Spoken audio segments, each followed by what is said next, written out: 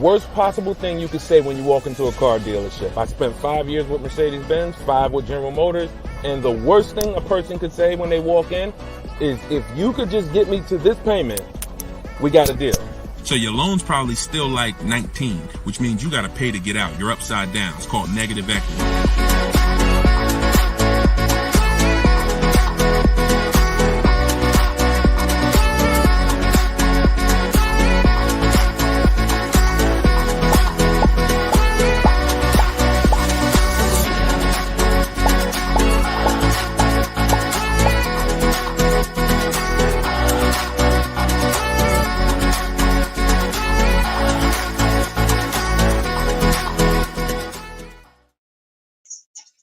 Welcome. Let me mute this because I got the audio going on my phone. We're on Instagram Live. This is our May 7th, Tuesday, May 7th, Car Questions and Answers live stream. I am your host, Deshone the Auto Advisor. You may see these broadcasts throughout the week on TikTok, on YouTube, Instagram, and Facebook. But whenever you don't see the banner above me, that means you're watching one of our live shows, so you guys can start typing your questions. If you don't know me, my name is Deshone the Auto Advisor. Let's get the quick housekeeping out of the way before we start bringing in questions. I've been in the auto industry since 2006. I left in 2020 after the pandemic. Since then, we've been focused on car shopping education, teaching you how to get the low market prices on your leases, your new cars, and your used cars by bidding and looking at multiple offers, making dealers and banks bid for your business versus how you've traditionally shopped. So that is what we do. I'm also the author of the pretty much 5-star rated digital book. It's called Cars from Home, and we're currently rated 4.94, goodreads.com. Just want to get the housekeeping out the way for those of you who don't know me. For some of you who've been on the show before on the stream, welcome back. But for those of you who don't know me, this is my new digital book. It's called Cars from Home. You can get your copy for 75% off the normal price by going to my Instagram bio, the TikTok bio, or if you're on Facebook or Instagram, you can actually scan this QR code, Facebook or YouTube. You can scan the QR code, or you can go to deshonebook.com. We have a link in the comments for you. Lastly, I am the host of the masterclass, Everything You're Doing Wrong, Buying, Selling, and Leasing Cars. Some of you have asked, I share a lot of people who are using these strategies throughout the broadcast. Some of them are people who have my book. Some of them are people who attended my free masterclass, and some of them are in my car shopping school, Maps Academy. So either way, you guys can get anything you need from me in the bios or in the comment section. So let's get started, Dolan. You can bring in the first question. This is May 7th. So if you're just getting on, we are live on all 4 platforms, May 7th, 12 p.m. Eastern time. And you can share this with your friends. Tyler from TikTok, how are you? How does gap insurance work on a lease? Great question. Gap insurance covers the amount that you owe if, God forbid, the vehicle is totaled or stolen and they don't find it. So let's just say the car is only worth $40,000, but the actual cash value if the vehicle gets totaled is, $35,000. So if the insurance company is only going to pay out $35,000, the gap insurance would kick in and cover the remaining gap. So now most leases include gap insurance, but you never want to assume that the lease includes gap insurance. Whenever you are getting your offers from dealers, when you're getting your offers, you always want to make sure that you ask for them to include gap insurance. But yeah, that's the way it works. You want to make sure 99% of leases have gap, but you don't want to make that assumption. Always ask when you're getting your quotes that the gap insurance be included. All right, great question. Go ahead, Dolan. Next one.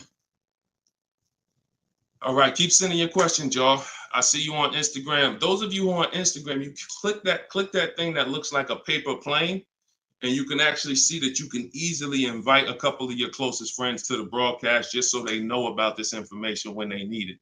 Because 1 in 5 people are shopping for a car at any given time. So 5 people in a group, 1 of them is going to be shopping for a car, and we want to make sure you guys have the knowledge you need.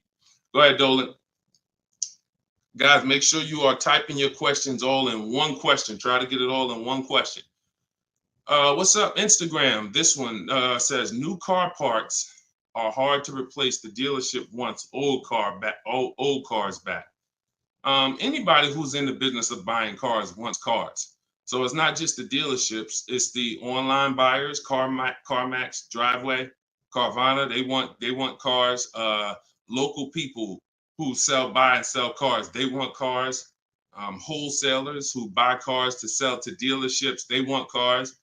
If you get what I'm saying, you understand why you need to be making people compete. See, we take one buyer. That's what you've been taught to do. You've been taught to take one buyer, one person who wants your business, and give them the opportunity to negotiate. What we teach is for you to actually go to multiple people who want that business and make them compete. And that's how we make sure we get below market prices, because we in order to get below market prices, you must see enough offers to know the market. I'm gonna say that again. In order to get below market prices, you have to know you've seen enough offers to where you know the market.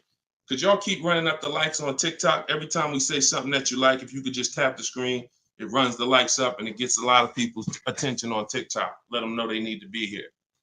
Okay, so that's what you want. Everyone wants cars back. So you want to make sure no matter where the market's going, electric cars, old cars, new cars, luxury cars, just make sure you are getting at least 5 to 6 offers every time you want to replace a car. We don't trade in cars because you are not going to get the money you could get trading cars. Now, I'm not talking to you about doing private sales either, where you list the car and then you go and you got to, have people come to your house in Facebook Marketplace. I'm talking about the people who pay cash money, inspect the car in an hour, hour and a half, and cut you a check. Those are the people we need to get 5 or 6 bids from, and that's what we teach. Those companies are very easy to find and very easy to work with. Okay, who's traded a car before? If you've ever traded a car before, type the letter T. All right, stay by your phone, y'all. This is live. This is May 7th. This is our 12 p.m. class, so stay by your phone. I want you to make sure we don't just talk here, we dialogue. All right, in order for you to get the most out of the show and for me to continue to do them, you want to make sure you as close to your keyboard so I know you're actually getting value out of the class, out of the stream, because you're communicating, engaging versus just listening. All right, I'll see you, Bell, on YouTube. Anybody who's traded a car before, type the letter T. If you've traded a car, this is important for you to know. It's almost impossible. I see you, Thomas, on Facebook. It's almost impossible, ML Headley, to get the most money for anything, not just a car, for any item on trade. So we don't trade. We don't trade. You're not going to get the most money, and you're not going to know that you got the best offer. You need to get 5 to 6 of these online offers, and that is how you replace your leases. And in the same way, look, you've left money on the table. Some of you know, I got to tell you the bad news first. Anybody who's traded a car since the internet and online car buyers have been invented, you've left money on the table. So I want you to stop. I'm suggesting you stop doing that right now if you really want to make $1,000, $2,000, $3,000 more every time you replace your cars. Okay? Go ahead, Dolan. Shoot the next one in. Jock from TikTok, how can I get rid of negative equity with a lease? First of all, let's talk about why do you have negative equity. This is improper deal structure. So if you went over your mileage, that means listen, you should not be taking a lease for 10,000 miles per year knowing you drive 15. Because frankly, to go from 10,000 a year to 15,000 a year is only about $40 for most cars. $40 more a month, and you get to go from 10,000 to 15,000 miles per year. So it's no excuse that, taking less miles than you need and then having to deal with mileage penalties that you shouldn't have had in the first place. So we see. So our solution for negative equity is to always in most cases to roll it into a lease, because the cause usually for negative equity is you buy your cars. Somebody told you don't lease, you listen to them, but you don't keep your cars long enough to outlive the depreciation. So you buy your cars and you replace them, usually by trade, in a short period of time, 2, 3, 4, 5 years, 6 years, and that's too short of a period of time to replace a car because of the depreciation. But with a lease, you should not have negative equity. Negative equity is something, you have a penalty because you don't owe. Negative equity means the object you owe a loan on is not worth that. So you owe 20,000, but the car is only worth 15,000. In your case, you have agreed to drive 30,000 miles over 3 years, but you're driving 40,000 miles. You drove 40. So you need to pay that penalty in order for you to go to the next car. Okay? It should have been in your lease to begin with because you pay less for it if it's in your lease. You pay probably 15 cents a mile. Where on a penalty, you're going to pay 25 cents a mile in a lot of cases.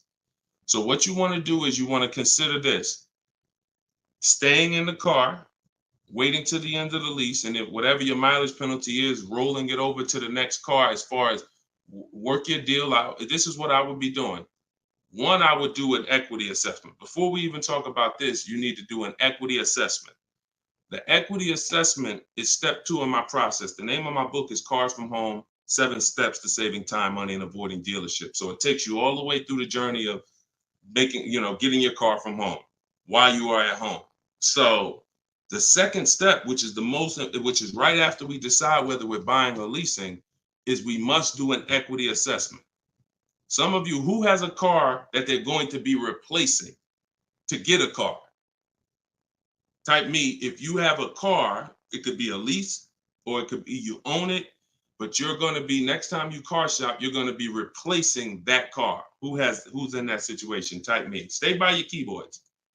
Let's go. We're live. This is May 7th. Wake up, people. Wake up. School me. All right, me, I see you. All right. What's up? Y'all can we run the lights up on TikTok? Can we tap the screen? Can we tap the screen if y'all gonna spend time with us on TikTok? Tap the screen. All right. Okay. Let's go. Let's go. Come on, don't play TikTok. I'll close the broadcast. All right. Y'all not paying me nothing. Okay. So I'm asking you for a tap of the screen if you want to stay on with us. All right. We could definitely go TikTok. We could go Facebook, YouTube, Instagram if y'all acting funny today. We got no problem. All right. I appreciate it. I see y'all now. I see the lights running up. All right. So if you have a car you're going to be replacing, then everybody who just said me, then the first thing, once you decide whether you're buying or leasing, is you need to do an equity assessment. So you're going to call your bank. If you don't have a bank, the car's paid for, then you can skip this step, but you're going to call your bank. You're going to find out what your payoff is. Once you find out what your payoff is, you're going to now, if you have a lease, you're going to ask them, do you have a third-party restriction? Now, once you make a note of those things, that's 4 different paths. See, I just talked to 4 different people. It's very important that y'all understand that I don't teach one size fits all car buying advice. So you got to listen closely to see, oh, is he talking to me? Oh, that's what group I fall in. So I just said, some of you are going to replace a car. You have no money you owe on it.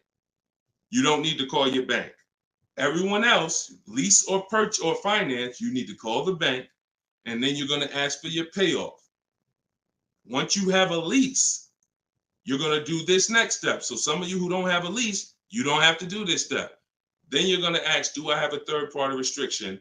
And you're going to make a note of that. And you're going to put yourself into one of those 4 categories. Okay, this is broken down. This is step 2 in my book. So once you get that information, you're going to go online to CarMax, Driveway, Carvana, Kelly's Blue Book, Instant Cash Offer. Please do not come talking about what Blue Book says. Algorithms in this market mean nothing. The only thing that matters is cash offers. So you're going to go to these people to get your cash offers: CarMax, Driveway, Carvana, Kelly's Blue Book, Instant Cash Offer, Car Guru, Sell My Car, and Auto Nation, Sell My Car. That's 6 offers. And once you have those offers, you will know where your equity position is. You will know if you have equity in your vehicle. You will know if you have no equity in your vehicle. If you are leasing, then there is no such thing as negative equity. Because let's say your payoff is $20,000 and your highest offer is $18,000. You don't have negative equity, you don't owe that. That just means when you go to drop off your vehicle, you can't sell it and make money. That's what that means. Now, if you have a mileage penalty like this gentleman may have, that's different. But that's separate from the equity assessment process. You need to know, what is the asset that I'm driving? What is the asset, the car that I have in my possession, worth on the market? And what do I owe on it? And is there equity there? So that is the step you do before you think about shopping and getting offers, because we break our transactions down into 3 categories. Who we buy our car from, we're getting bids. Who we get our loan from, we're getting bids. And who we sell our car to, we're getting bids. So this is very important in our process of how we get below market deals from home. Okay, so do that step, Jock, and that's what and you go from there. Everything I'm talking about is in my new digital book, Cars from Home: 7 Steps to Saving Time, Money, and Avoiding Dealers. Shoot the next question in, Dolan. Everyone who wants your copy, you can get it for 30 minutes at 75% off. It's normally $97. So everyone who's gotten this book, and we've gotten close to probably 6,000 people at this point, the book is $97. But when you go to my bio now, or my Instagram or TikTok bio, you can get your copy for 75% off, which would be $24, but it's only for 30 minutes. If you're on Facebook or YouTube, just check the comments and go to deshonsbook.com. You got 30 minutes to get your 75% off. Okay, Tyler from TikTok, rolled over $14,500 from a trade into a 36-month lease. Payment only $54 a month. Is this a good strategy? Payments only $54 a month? What do you mean by that, Tyler? $54 a month. How could the payments be $54 a month? You need to know how much you're rolling over into the new deal, because let's say, for example, you have $14,000 of negative equity. Just that alone is $400 a month. Just the negative equity. So I'm trying to find out what you mean when you say rolled over 14.5 from a trip. Oh, wait a minute. I think I know what you're saying. You are essentially prepaying your whole lease.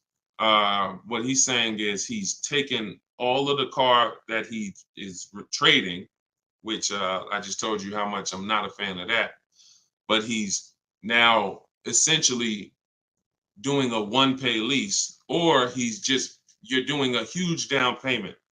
So this is very important. You could be about to really lose your shirt right here. This could be extremely bad for you.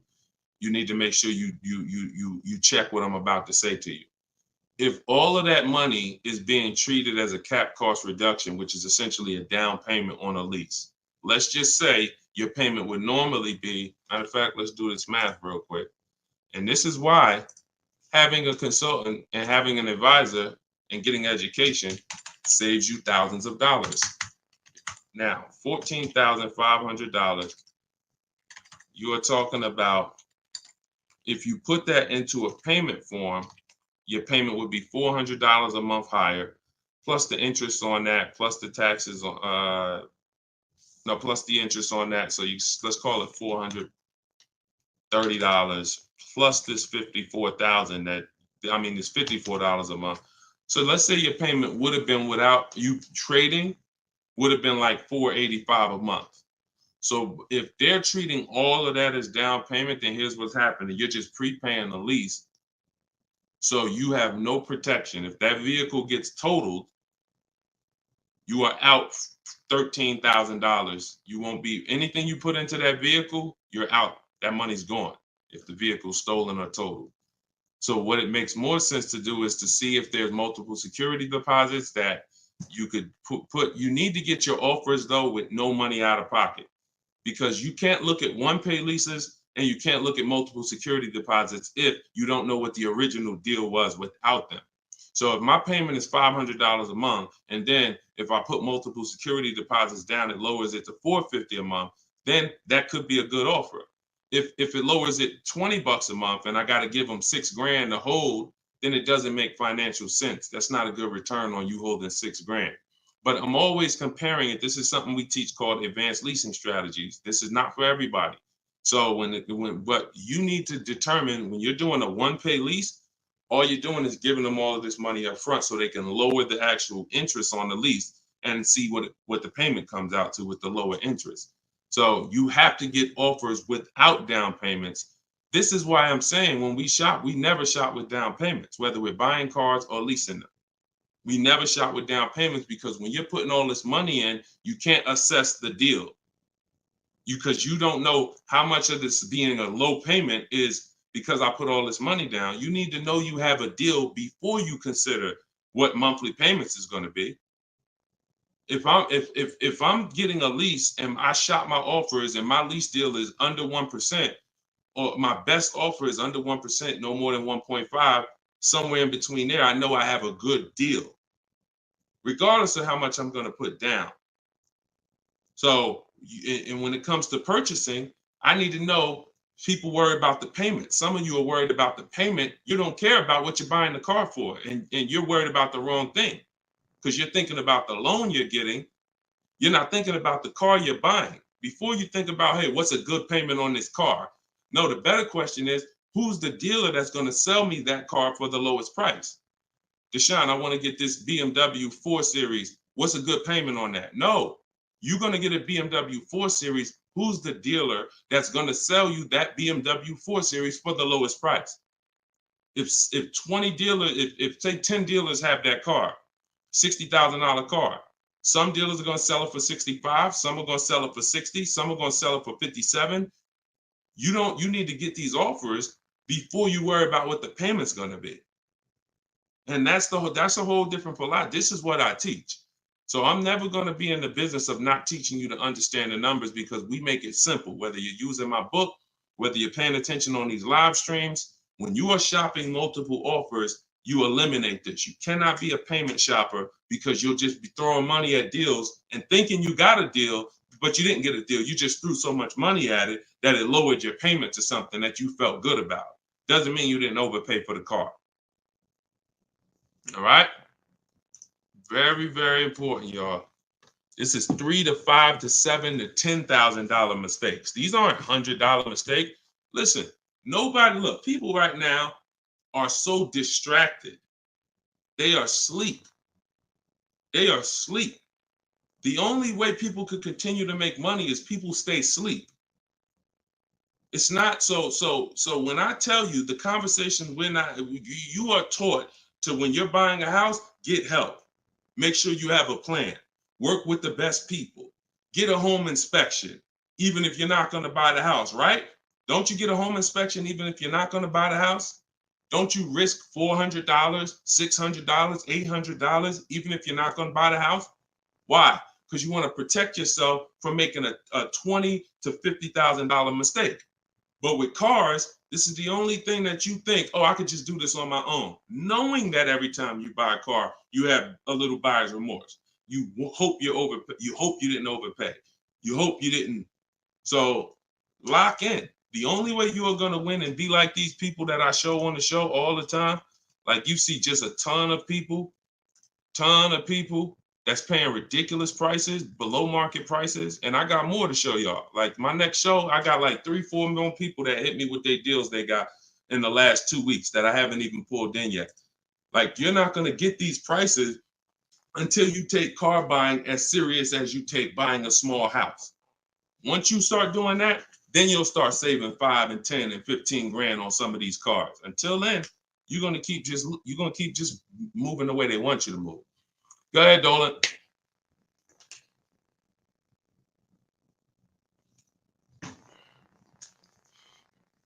Is there any way to get out of a car with too much negative equity? No. Negative equity is what I call a bad credit for people with good credit. You could have an 800 score. If you have too much negative equity, you're not going anywhere. So the first thing to know is what's the cause. See, we could sit here and we can cure the problem, but until we know the cause, you're just going to go and you're going to repeat the problem. The cause is you're not leasing, but you're not keeping your cars 8 years. So what you're doing is you're losing on depreciation. Your car's value is going like this. You buy your cars, it goes down 15%, 20% the first year, 15%, 12%, 12% is losing thousands of dollars in value for the first 5 years. And then that's when you go to trade it, or that's when you go to replace it. So you don't keep the car long enough for it to start losing a little bit of value because somebody taught you you could just switch cars anytime you want. Buy them and switch them, buy them and switch them. This is a depreciating asset, and you're going to lose every time doing that compared to someone who's getting great lease deals. So if you're not, our rule of thumb is if you're not buying your car to keep it at least 8 years, you should be shopping for great lease deals, not purchases. So you need to know the cause. Now, once a lot of you figure that out, that that's true, and you learn that all of this bad structure has cost you, you're going to lease. You're going to say, Deshone, I'm not keeping my car 8 years. I'm leasing my next car. If you don't have too much negative equity, then what you should be doing is trying to cover the difference. So you're going to do that equity assessment process that I laid out about 10, 15 minutes ago. You're going to do that equity assessment process. If you only have a $1,500 to $2,000, $3,000 difference between your best offer and your highest offer, I mean, let's say you owe 20 grand, but somebody's going to offer you 18, then I would pay off the difference all day long because I'm still winning with a bidding system on there. See, when you get bids, even when you have negative equity, that's still you're still getting the most money for the car you can get, which means your negative equity amount is going to be the lowest it can be. So you always want to explore if I could pay the difference between my highest online offer and my negative equity, that's the best. Because once you can't do that, now you eliminate the ability to be able to participate in a bid because you have to trade. This is the only time where we have to trade because you need somebody to finance that negative equity because you can't pay the difference. You don't have the cash to pay off the negative equity. See, if I know that I can cover my negative equity by selling the car to CarMax and I pay $2,000 and I'm out of it, that means now I can get bids for my replacement car, which is what we do. So I can get the lowest bid for the car I'm buying, the highest bid for the car I'm replacing, the lowest bid for my interest if I'm buying. Once I have to trade because I have too much negative equity, I can't do that. I can only get the bid for the car I'm buying, and then I have to ask that dealer to roll my negative equity into the car that I'm buying. And the problem with that is that dealer is not going to win a bid. So even though CarMax may have been offering you 18, that dealer may only be able to offer you 16. So what would have been $2,000 of negative equity is now $4,000 of negative equity. That's why paying the difference is always best if you want to maximize the deal and get below market deals. That's it. But if you have too much negative equity, you can't do that. Now, it's very important that you understand something regarding the car you're replacing your negative equity with, the next car you're going to buy. You can see Sean uses our bidding strategy. He's in our private group. For all of you who want to know about my private groups and you have to attend, there's people who ask me, who are these people? You must attend my masterclass in order to be eligible to be in our educational course. So this is but what it is my book in video form with coaching. So the 7 steps are the same. Those of you who are using the book to get to your goal, use the book. It's just different ways of learning. So anyway, you can see Sean here he got his bids and he found a car that had a $15,000 rebate. He didn't know that, a $15,500 rebate. So if Sean wanted to bring negative equity over to this vehicle, he's buying the car so low with all the rebates, he could bring over 5, 10, 20 grand of negative equity and he's still going to be able to do it. Because as long as you're getting a big discount, you actually can, the bank is not going to lend 25% more than like 25% more of the car's value. So you can't slap 10 grand of negative equity on a $30,000 car. And the bank is going to look and say, why would we lend $40,000 on a car that's worth 30?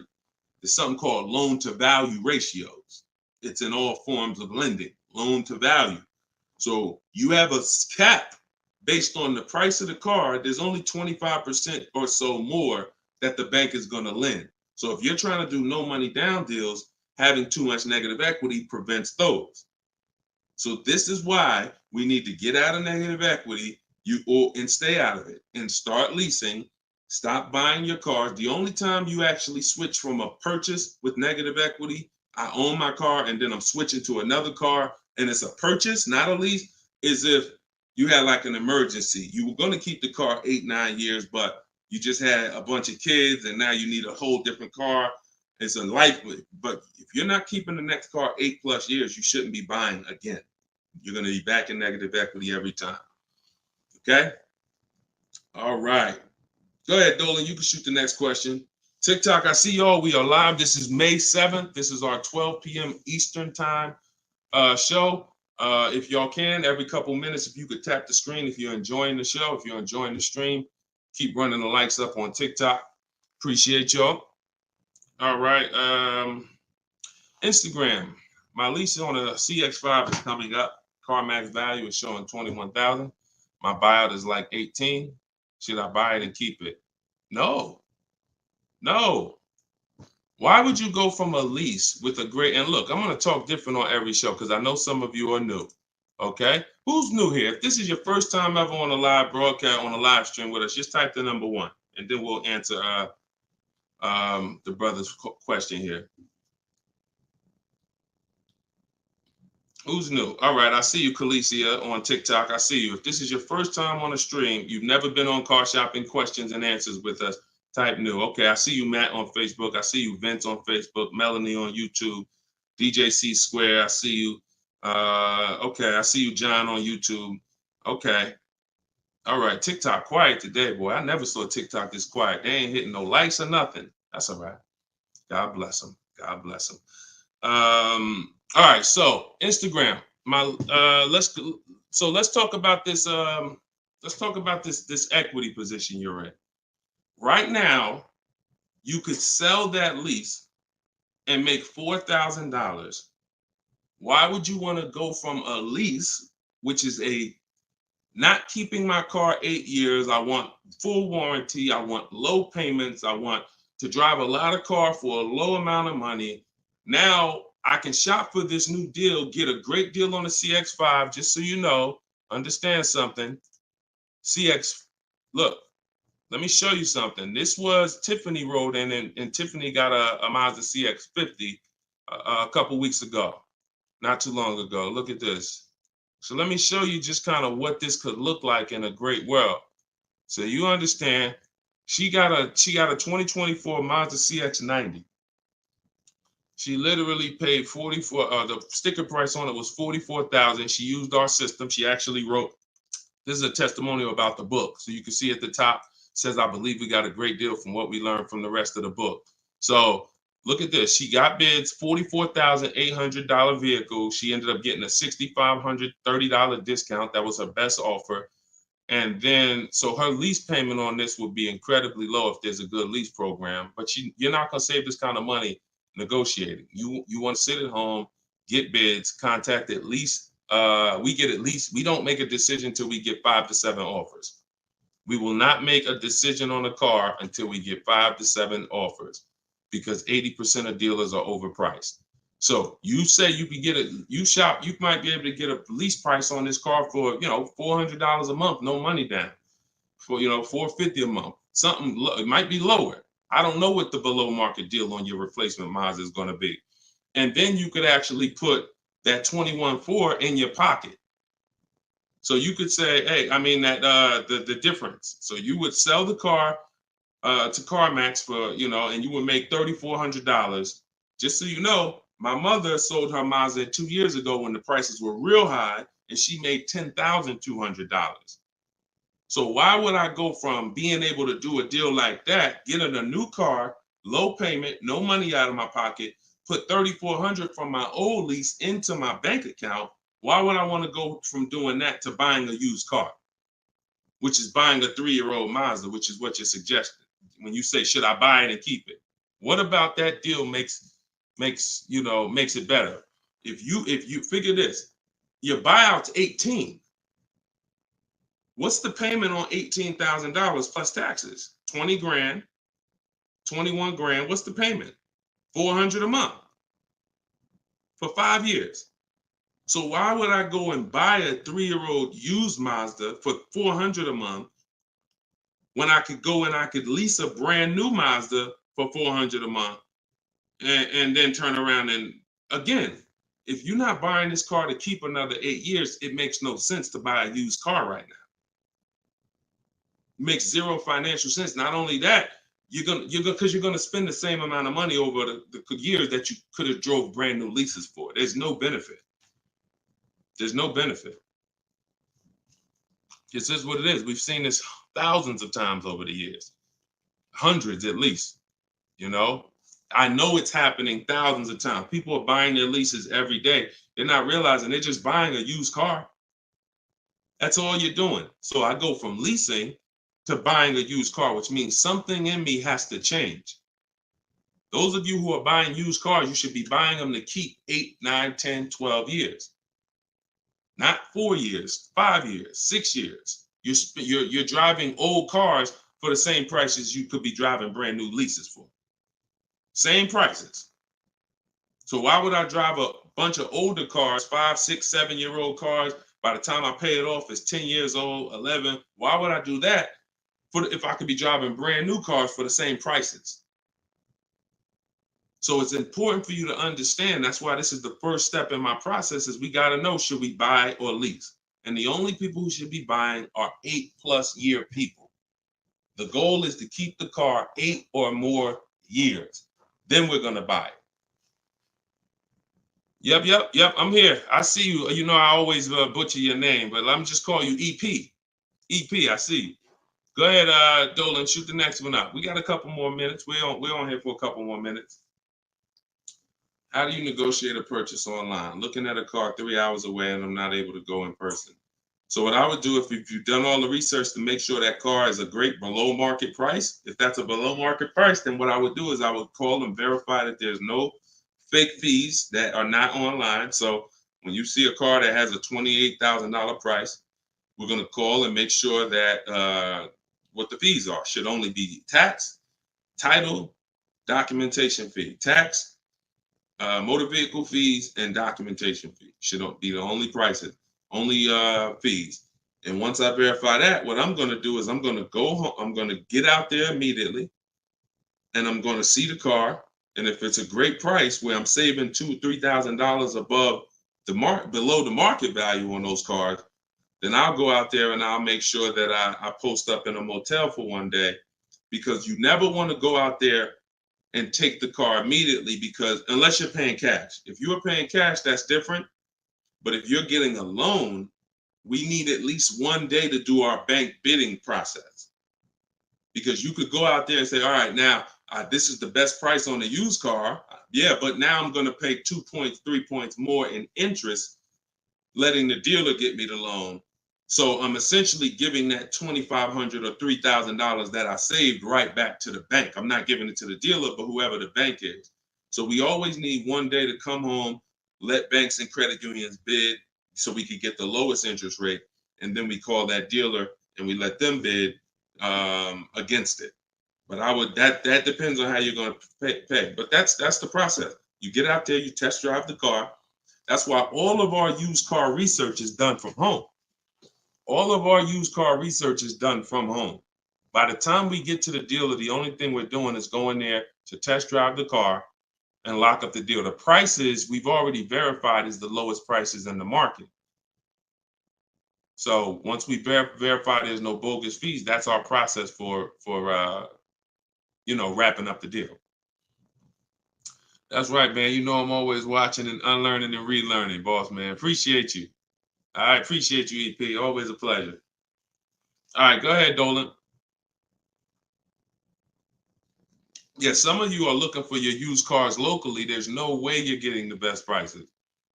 If some of you are looking for your used cars 25 miles, 50 miles, 100 miles, there's no way you are getting you're getting below market prices. That's just not enough inventory to look at for you to see, Oftentimes, it's literally a dealer that's an hour, 2 hours, 3 hours away who may not be in the city. They don't have the traffic that that person has, and oftentimes they'll have a below market deal because of their particular circumstance. So if you're just shopping 10, 25, 50 miles outside of your radius, that's just not enough of a radius to get the below market deals. My brother leases up, he's over miles. Equity assessment. That's it. I just went over that about 20 minutes ago. I can't go over it again because it's people who watch the stream and it's not fair to them, but we do have this stream on replay. If you go to YouTube or if you go to my Deshone the Auto Advisor Facebook page, and you can find the section that I did only on that. Okay, it's called the equity assessment. We had another person on here that's over miles. And, once you do that equity assessment, then you want to weigh that, compare that to what the mileage penalty is. Because some people, the mileage penalty is only going to be $750, $1,000, $1,500. You could have that rolled into your next lease offer. What you do is just negotiate your best lease offer and then say, hey, look, I need you to cut a check for, $1,500 to my old lease company. Now that's going to raise your payment. So if I got a below market deal, let's say, give you an example. Let me show you with a real life example. So, so Charles, let's say Charles, he gets his Hyundai Palisade, he gets it for $597 a month, but he has a mileage penalty of, $1,500 that he needs. This dealer who won his business, he needs them to pay that to his old lease. So they're going to cut a check for $1,500, but that payment, that $1,500 now goes into his new deal. So it's just like negative equity. It's going to raise your payment up, which is why we bid this out and we don't bring stuff over. We don't bring mileage penalties over until we have already found the dealer that we're going to buy our car from, because they've given us the biggest discount. But yeah, that's what you would do. And whatever the mileage penalty is, you're adding it to your next lease. So you're paying it either way is the point. You're not getting out of a mileage penalty. It's just all about and the only way you can get out of it is if you sell the car. So that is how you get out of it. Because when I sold my Jeep Grand Cherokee lease, I was over miles by probably, I think I had 42,000 miles on it, and I contracted for like 39. But that's because I extended the lease. And when I extended the lease, I was doing more driving, and I just said, I knew I had so much equity in the car, because again, that's when cars were worth literally $7,000 to $12,000 more all through the pandemic. 2020, 2021, 2022, we had people cashing out, making $8,000, $10,000, $12,000. Some of you might have saw some of our videos and used what we were teaching then. So once you do that, that's the only way you get out of a mileage penalty is you sell the vehicle, and then it's all whole. But if you're not doing that, that mileage penalty is going to be paid. It's just what I just told you is a way to get the deal done without having to pay the mileage penalty out of your pocket. You're rolling it into your next deal. All right, go ahead, Dolan. All right, y'all, this is our Tuesday 12 p.m. stream. We're on here for a few more minutes. Keep your questions coming. Try to get to as many as we can.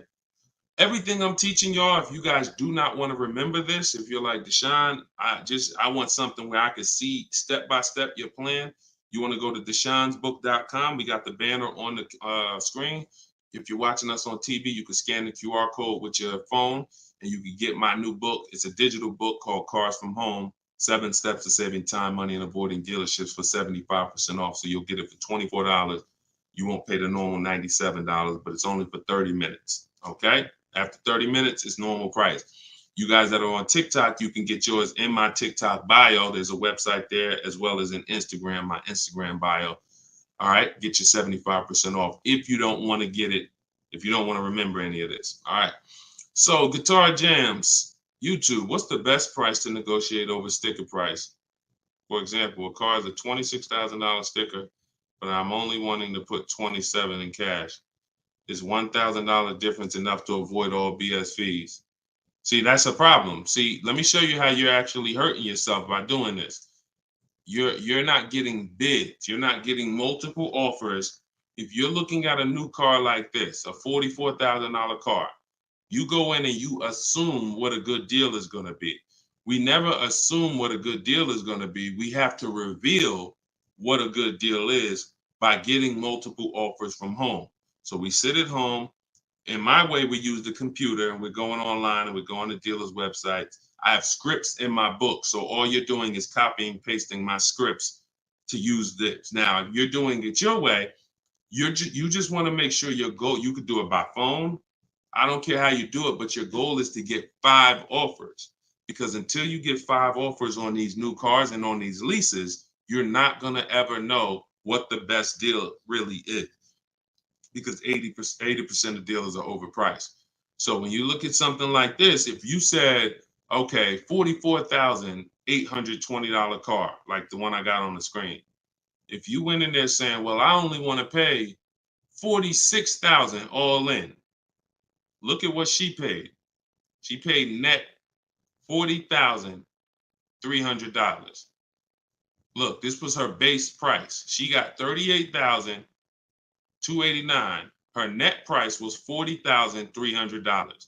So if you would have went in here on this car saying, well, it's 44, look, I'll give you 46,000 all in. You would literally have overpaid more than Tiffany by $6,000. Let that sink in. You can't go in feeling for the bottom, brother. You will certainly get somebody will take a vacation on you.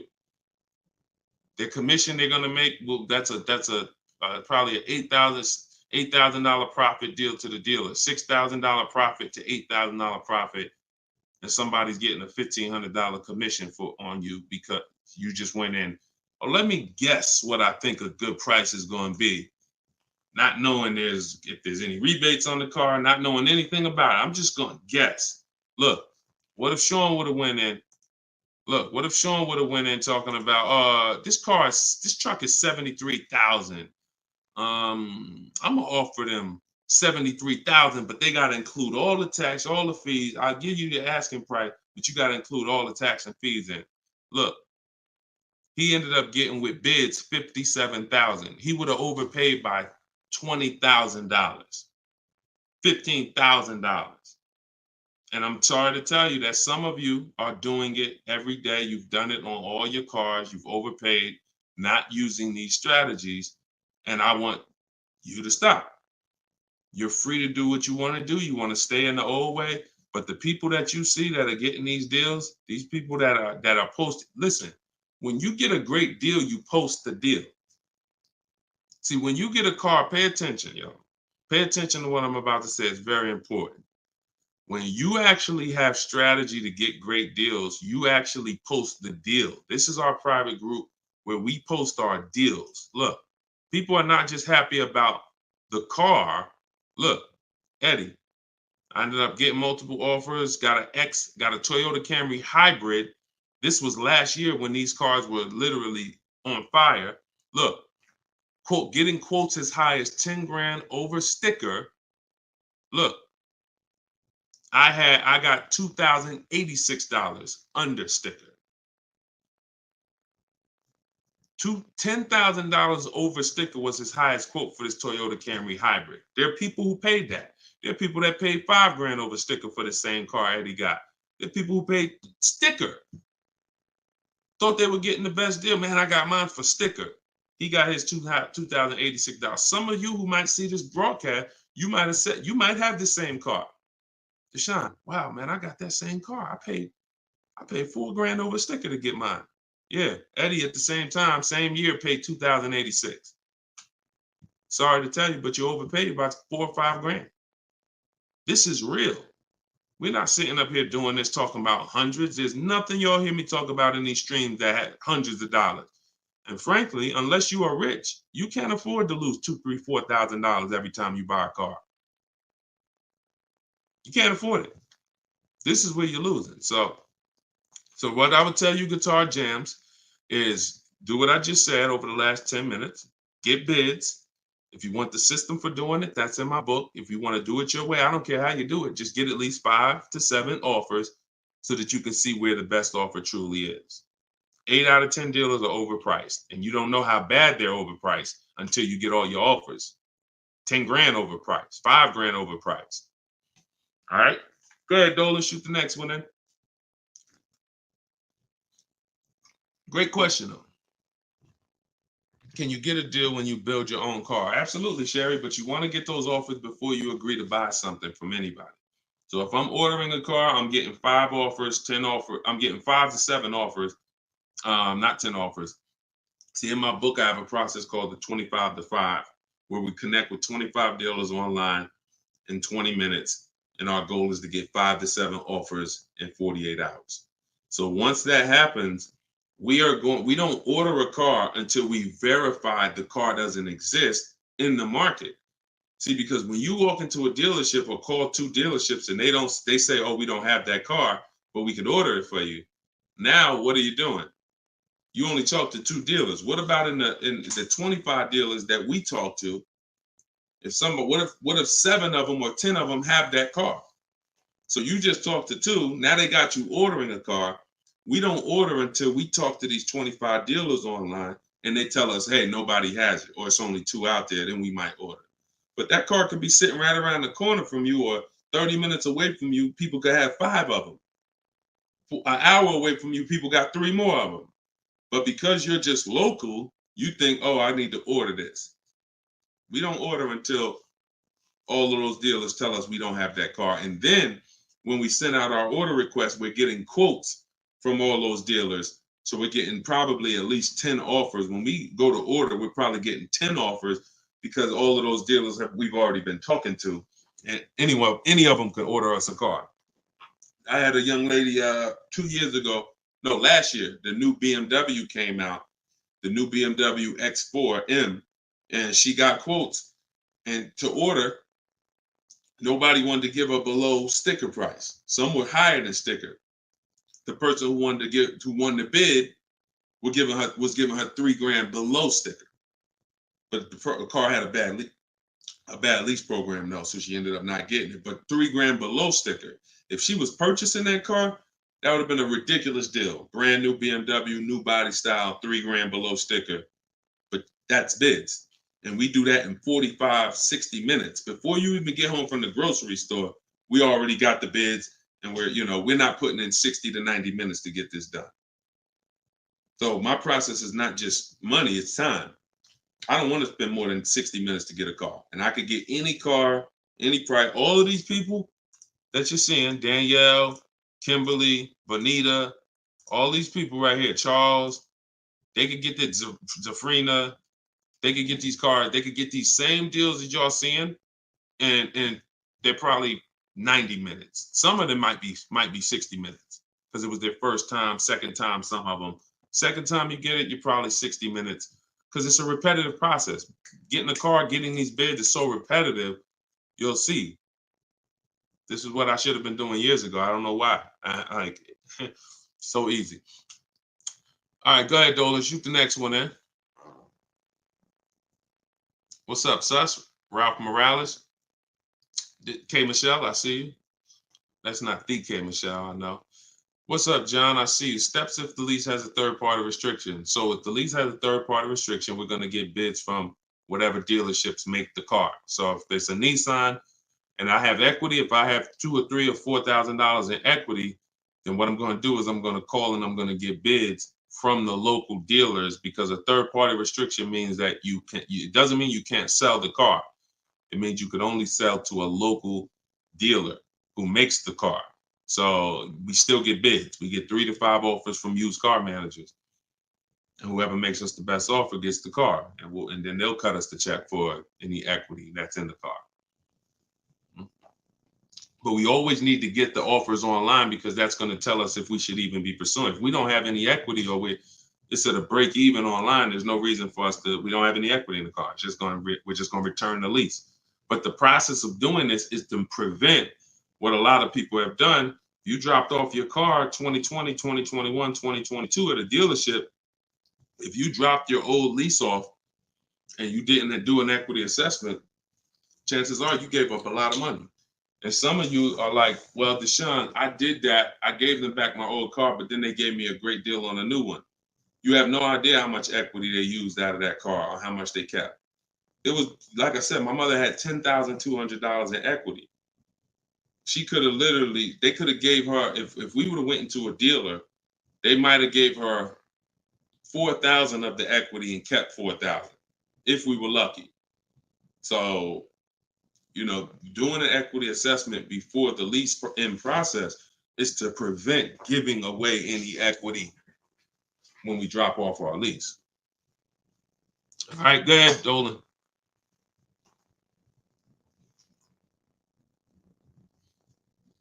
This is our Tuesday, May 7th live show, 12 p.m. If you don't see the banner above me, that means we're live. So you can type your question. Dolan will bring them in. We got another couple minutes.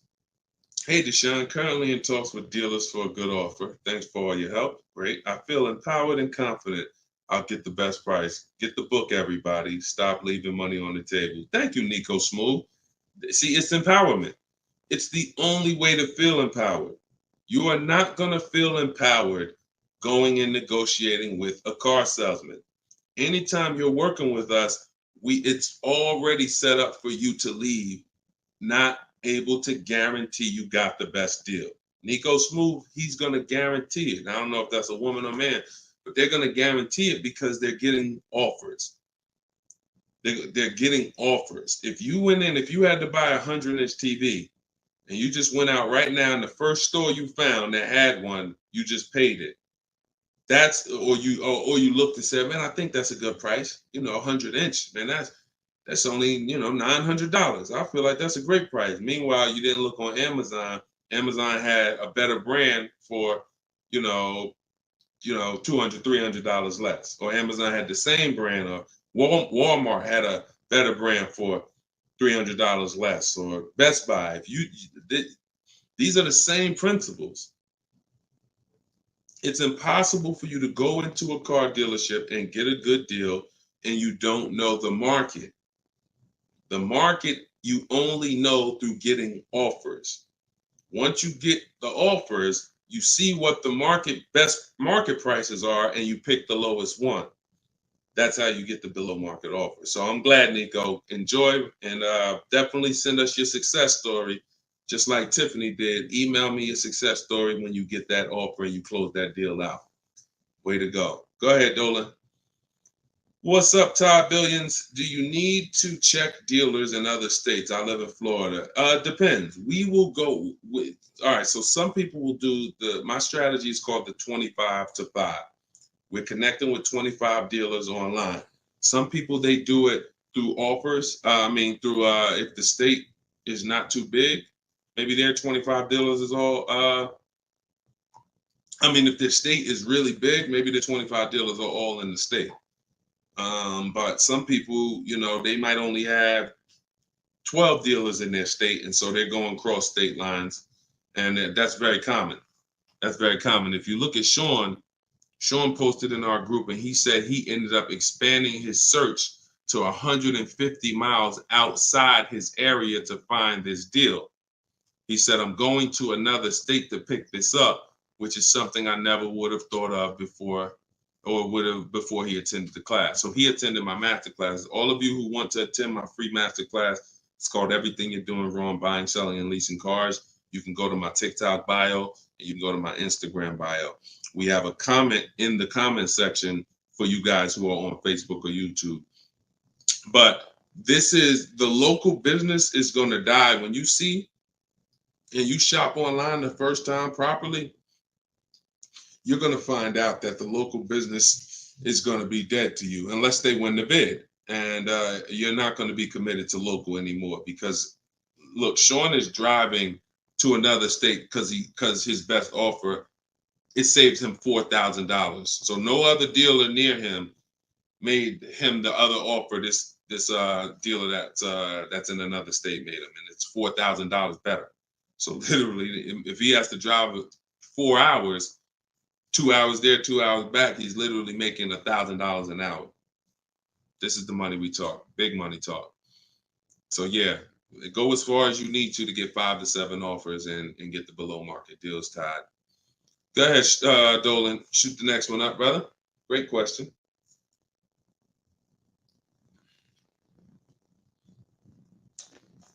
This is Charles Harris on YouTube. How are you? Hey, Deshone, why you don't have PayPal for a payment method? Um, that's a great question. We've used PayPal probably twice since we started our company in 2021. We just found that Stripe was a better company to work with for the business. We do have, I believe we have Klarna. So for those of you who are familiar with Klarna, they'll let you break up the payments interest free. For the book or any product we sell, we make Klarna available for the last year. But PayPal is just a little different to work with. We've enjoyed working with Stripe. So hope that helps. Go ahead, Dolan. Right, we just hit the hour mark. Got a couple more. We'll try to take a couple more before we wrap. Lenice from Instagram. By the way, everybody, if you just jumped on, this is our Tuesday, May 2nd, May 7th, rather, 12 p.m. live. So we are live. So feel free to ask your questions. If you don't see the banner above me, then that means we're live and you can type your questions. Is purchasing a car from Enterprise Car Sales a good idea? If in order for me, when we're shopping for used cars, like I have this used Infinity truck. We got it a year ago. It was 2020, so it was 3 years old. When we found that car, when I narrow it down to my top 3 to 5 used car options, they have the best title histories, the best service records, the best accident records. They're the best price in the market. They're below market. And then I verify what the brand new price was, because you can't know a car is great until you know the new car price. Because if a car was 50,000 and they're asking 30, that's different than a car that was 55,000 and they're asking 30. The $55,000 one has more value, has more equipment, more options, so it's a better value. So it's impossible to get a great deal on a used car without knowing what the original price was. So you might have picked a car that's, this one is 30,000, but again, the original price was 50. Meaning, while another one might be 31,000, it's $1,000 more, but the original price was 55 or 57. So you got to know what was in the new car price to be able to compare when we're getting. So if I narrowed it down and that Enterprise car was in that bunch, I'm not opposed to it as long as it has great service records, great accident history, great title records. But the title is going to show as a rental. So when I say great title history, you got frame damage, you got salvage titles, you got rebuilt titles, cars that have been totaled, rebuilt. You have different forms of title: personal lease, personal vehicle, corporate lease. These are all different categories of title. So if you get one that has a rental, then that price needs to be considerably less than the other cars on my list. That's the only way I would look at it. Great service records, great accident records, and then compared to the other cars in my bunch, it's got to be $2,000 less than them. 1,500, 2,000 less. So that's the only time I consider it. Go ahead, Dolan. Now, the way we shop for new cars and leases in my book, and the way I teach, is the 25 to 5 strategy. That's when we're connecting with 25 dealers online to get 5 offers, 5 to 7 offers, 25 to 5. When we shop for used cars, we're using my multiple marketplace strategy. So we're going on every marketplace that has used cars, 8 of them: CarMax, Carvana, Driveway, eBay Motors, Car Gurus, Cars.com, Carfax.com, Autotrader.com. We're going on all 8 marketplaces because these marketplaces have different prices, different inventory, and that's how we shop it, and we narrow it down from there. All right, Fo from TikTok. Best way to trade a vehicle and not be upside down. We already had 2 questions about negative equity. So what you want to do, Fo, is either go to YouTube and go to Facebook. The replays are there once we end the show. Just find somebody who had that same question. Somebody asked about replacing a car that they had negative equity on. Upside down, negative equity, same thing. Just 2 different terms. Go ahead, Dolan. Everybody getting value out of the show. If you're getting value out of the stream, type $. Type a $. If you're getting value out of the stream, type a $. All right, everybody getting value? All right, I see you. Perfect. Good. Good. I see you, John. I see you, Tracy. All right, I see you, Sterling. Yep.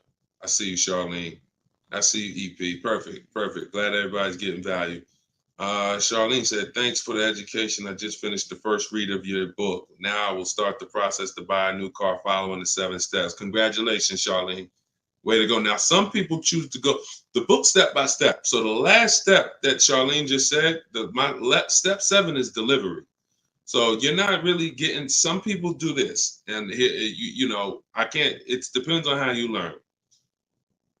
The book is set up in a way where everything I teach is set up in a way when y'all hear 7 steps, it's set up where if we talked on the phone, I would be saying, do this first, call me back. Do this second, call me back. Do this third. And then by the time we get to step 7, we're setting up for delivery or the pickup of the car.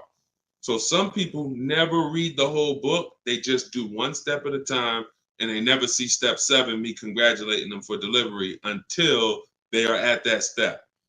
Some people read the book straight through and then come back and do the steps. So whichever way you decide is up to you. The quickest way to your car, the quickest way is to just do 1 step at a time and then not read forward until you get to that step. But everyone learns different, and everybody, that's just if you want the quickest way, you want to get a car in literally 48 hours, don't read the whole book. Read 1 action step at a time, cross it off the list, and get it done. And then you'll have your car in 48, 72 hours. Okay, go ahead, Dolan. TikTok, using your book, all of these lease prices I received are too high, over 1.5%. Next step. Well, as I mentioned, once you get 5 to 7 offers, that means that car has a bad lease program. Not the brand, the car. So that Jaguar has several cars. That particular one, and it could be that trim level, has a bad lease program, in which case I always say with leases, we want to have at least 2 to 3 options, because we cannot control the lease program. So whatever the dealer was, so if you see a 1.5% lease, 1.6, 1.7, 1.8, 1.9, then that 1.6, that dealer's beating everyone else. They're selling you the car less than everyone else. But if they're at 1.6, then that means their lease program is bad. That's why we always get 5 to 7 offers. If they're all over 1.5, that means the lease program is bad. And we do not lease cars with bad leasing programs. We go to our next choice, because you'll see, literally, it's day and night. A $60,000 car could have one lease price of $900, and then you have a $65,000 car like Frena got, $65,000 vehicle. She paying $579 a month. 2024 Jeep Grand Cherokee. Got it a little while back. So this is, lease programs make the difference. What we do is use bids to get the lowest price on the cars. We're gonna always get that. But once we can't control the lease program. So we always have 3 options. With purchasing, we don't need 3 options, because once we get our bids, we're gonna just find a dealer that's gonna be the lowest. Nothing else matters. We don't need to worry about a lease program. Go ahead, Dolan.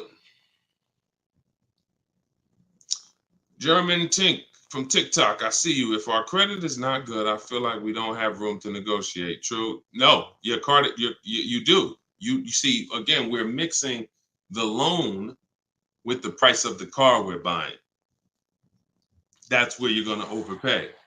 Because if you have a loan, you have bad credit, the only thing that should be affected is the interest you pay on the loan. That should be between you and the bank, the lender, not between you and the dealer.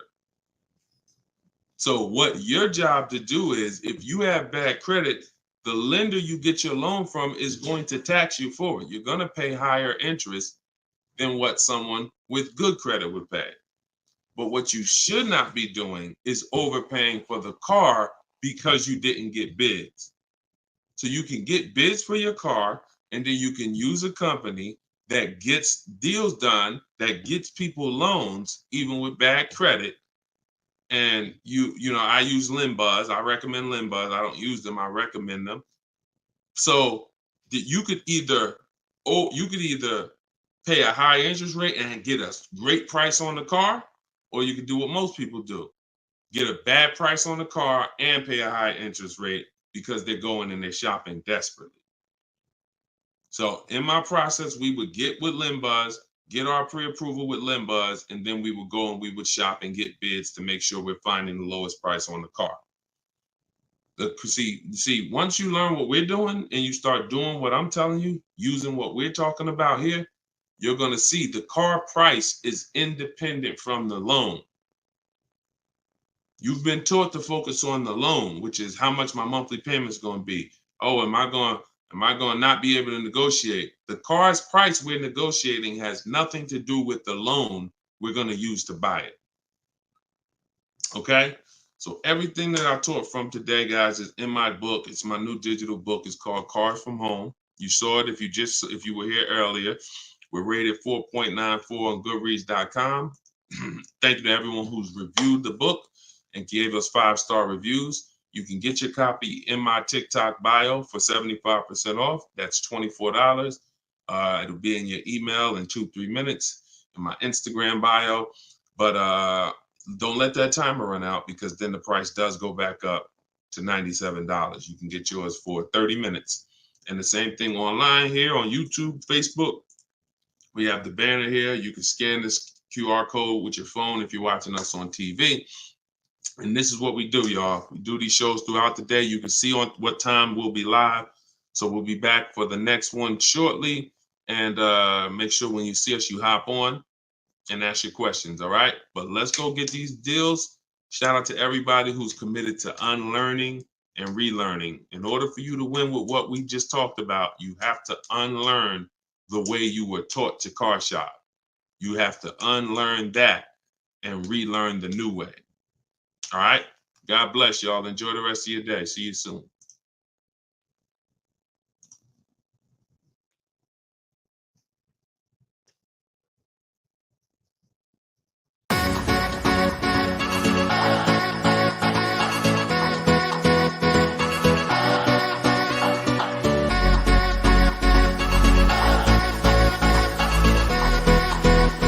The worst possible thing you could say when you walk into a car dealership. I spent 5 years with Mercedes-Benz, 5 with General Motors, and the worst thing a person could say when they walk in is, if you could just get me to this payment, we got a deal. So your loan's probably still like 19, which means you got to pay to get out. You're upside down. It's called negative equity.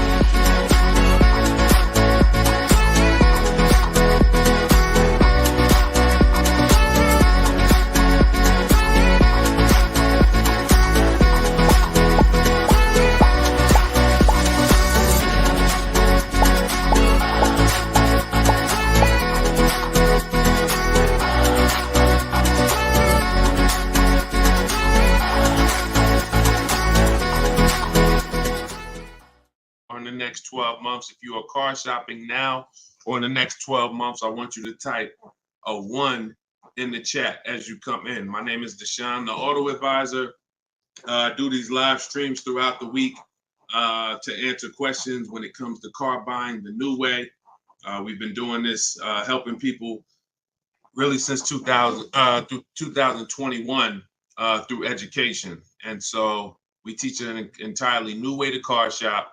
A way that has worked for thousands of people before you. And I do these live streams so that you can ask your car shopping questions, and we can try to get you the answers that you need to help you get below market prices, which is the only thing we settle for. So thank you to the people who are tapping the screen on TikTok, running up the likes. I appreciate it. We have Dolan moderating in the back, so you guys can start typing your questions. Everything I'll be talking about is out of my new digital book. It's called Cars from Home, 7 Steps to Saving Time, Money, and Avoiding Dealerships. Thank you to all who have reviewed the book on Goodreads, putting the review page up now. Thank you for helping us have pretty much a 5-star rating And everyone, as you're watching this, you can get your copy. If you like what you're hearing, if you like this new way that you're going to hear on these streams of how to car shop, you can get your copy of my digital book for 75% off in my TikTok bio, my Instagram bio, or we have a banner up for you guys. Or you can go to deshonsbook.com. So no matter where you're at, that's your special offer. All right. So Dolan, you can bring the first question in. I see you, Paper Chaser. Welcome to the broadcast. I see you, Benjamin, on TikTok. I see you. First time people. Welcome to all the first time people. If you your first time here, type of 1. Mario Soto, I see you on YouTube. Welcome. This is Chris on Facebook. Hey, Deshone, are dealerships willing to order a car for you if they don't have a car with the options you want? Everyone is usually willing to order a car because every dealer can order. But you want to make sure whenever you're getting an order quote, you're getting at least 5 offers. 80% of dealers are overpriced. So you want to make sure you're always getting on a brand new car 5 offers. And then you'll see how different they are. I had somebody who, I think we're on episode 17. This is episode 17 of Car Shopping Questions and Answers. So on last episode, I spoke about a young lady who ordered a BMW when it first came out last year, the new body style new body style X4. And through bids, she saw multiple offers. Most dealers were charging her $2,000 over sticker price. But once she got her 5 offers, at least 5, she probably got set 5 to 7. Her best offer was $3,000 below sticker. So I always say when you're shopping the right way, it should be a $3,000 to $5,000 to sometimes $7,000 difference between your best offer, which is the below market offer, and your highest offer, which is, the highest of all the other offers. So that's when you know you're shopping correctly. So make sure when you're ordering, you're following that model so you can make sure you're getting your best price. And you do this right from home. You could do it by phone, or you could do it my way, which is using the dealer's computer, the dealer's websites. We do copy and paste models to get quotes directly with dealers, speaking with them on their website. So as long as you do it, that's all that matters. All right, great question. Shoot the next one up, Dolan. Let me open up my phone on Instagram. My phone battery is low, but hope. Okay. Yes, everybody. This is our Tuesday 7 p.m. live stream. So this is live. Whenever you guys don't see the banner above me, then that means we're absolutely live, and you can ask your questions. We rebroadcast these streams all through the day, so you can send your friends, family to them. But whenever you don't see the banner above me, that means we're actually live, so you can ask questions. Okay, go ahead, Dolan. This is from TikTok. I need a new truck. Any advice? Or the first thing, all right, I'm getting ready to tell you the first thing you think about when you are in your position. And this is the first thing that all of you should have thought about. If you haven't thought about this yet, you've already skipped something that is very important. The first step in my process is always to ask ourselves the most important question. Does anybody know? I know we may have a lot of new people on here, but does anybody know what the most important question is? It's probably going to take you too long to type it. So I just want to see if anybody knows what the most important question is. I'll give you guys maybe 5 to 8 seconds to chime in some answers. Can I afford it? That's a good one, but no, that's not the most important question. That comes a little later in the process. Come on, Benjamin, Charlie. Am I keeping the car 8 years? My man, way to go right there. DM me, man. I'm gonna get you a free copy of my book because I like that. All right, that's the most important question. Just DM me on TikTok. I can't read DMs, y'all. So if you actually have DM me, 99% of the time, I'm not gonna see it because I have a team that helps me with my social media. So I'm not seeing DMs because we just get way too many throughout the day. But in your case, yes, send me that. Yes, but that's the most important question because here's the thing. The first thing you want to think about is how long you're going to keep it because you're about to buy something that's going to go down in value. You're not going to get the most value out of it until after 7 years. that's when you're going to get the most value. Everything before that, who knows, when I break these things out, I'm showing you the depreciation curve. And this is how your vehicle is losing value. So if you buy a new vehicle, it's losing value like this. If you buy a used vehicle, it may be losing value like this, but it's going down thousands of dollars every year. So until you keep the car long enough, some of you are just not keeping your cars long enough to win, because you're turning around and replacing your cars while it's still like this. You're still losing $2,000, $3,000, $5,000, $7,000 a year, depending on the price of the car, in depreciation. Now, when you keep your car long term, you're going to beat depreciation, because eventually your car starts to, like, who has a car outside right now that's at least 8 years old? Who has a car outside right now that's at least 8 years old? Type how many years old the car is. I just want to demonstrate something, because if you skip over this, you're not going to be able to get a good deal. You can forget it. I'm telling you right now, I call this the most important question. If you get this wrong, forget about getting a good deal. It's impossible. And I'm going to explain why. This is not, if some of you are new here, I don't need to hype anything up. I love math. So I make math simple. You might not love math. I love math. And I know that when it comes to cars and buying versus leasing, it's a numbers thing. It's a math thing. And I'm telling you that if you're not going to keep your car long enough for the depreciation to level out, like you can see Chris here on Facebook, he has a car 10 years. Carlos, 10 years. Tyranny on YouTube, 10 years. Okay. Yep, I see you.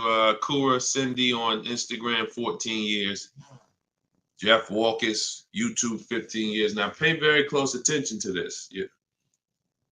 You'll notice that the way the amount your car is worth today, it's going to be worth almost the same thing next year. It's going to be worth almost the same thing next year. If your car right now is worth, if it's 9 years old and it's worth $8,000, a year from now it's probably going to be worth $7,600. That's when you have beat depreciation. Tap the screen on TikTok if that makes sense. See, if your car is only losing, some of you see these answers, until you are actually keeping your car long enough. It's not about when you pay off the car. A lot of people think that that's the car's paid off. It doesn't matter. The value of the car is going down. This is why I call this the unseen expense. Depreciation is the unseen expense. And so how do we beat it? You can't replace the car in 2 years, 3 years, 4 years, 5 years, 6 years, 7 years. Can't replace it. You have to replace it either after that, or if you're not going to keep it that long, you should be shopping for a lease. And I'm going to show you the numbers before we move on from this. I'm going to make this point very clear. Now, this is step 1 in my book. This is why if you don't get this step, you cannot get a great deal on a car. So Instagram, I just want to let y'all know that if you're enjoying what we're doing, there's a button that looks like a paper airplane at the bottom of the screen. If you could hit that and just quickly in 10 seconds, tap 3 friends or 1 friend, anyone, I don't care. Just invite people over, because I know they'll appreciate it. Because a lot of you guys have friends right now that are outside in dealerships getting overcharged as we speak.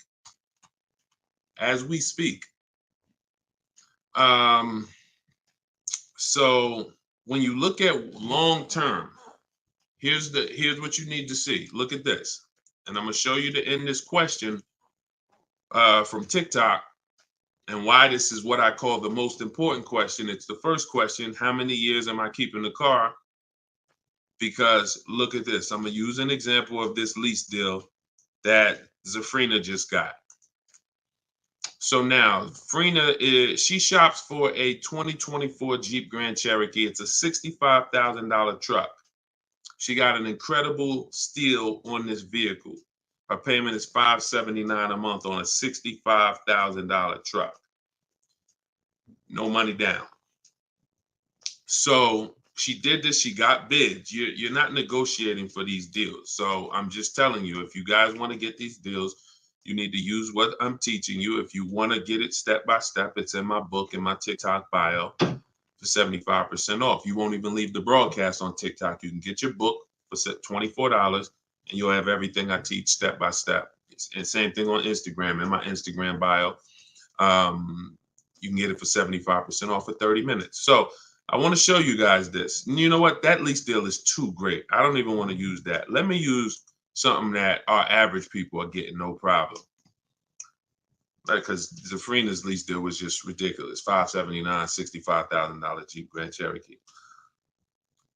From home, by the way. 60 minutes.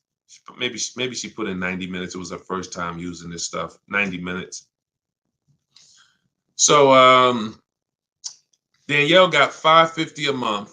First payment was all she gave them. So there was no money down. She got an Audi A3, $44,000 new vehicle. She's paying $550 a month. Now, I'm going to ask you guys a question.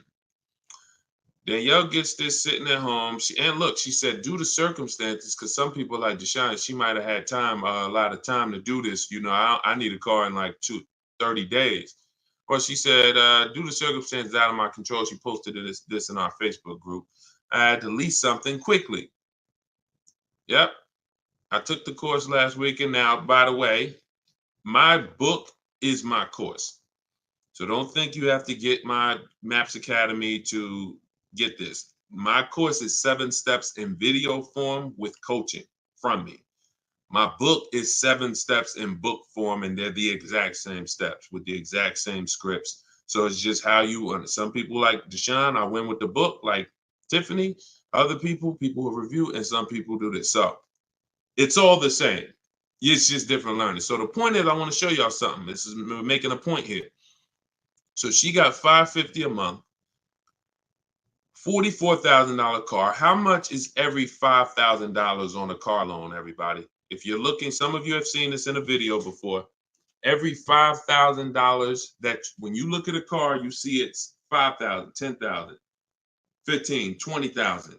How much is every $5,000 on a car loan monthly payment? Let's see if anybody's seen this. I'll give you guys another. Thank you, Nico Smooth. $100, perfect. Carlos Thomas, $100. Yes. So that is BG Meats. Yes, $100. Perfect. Perfect.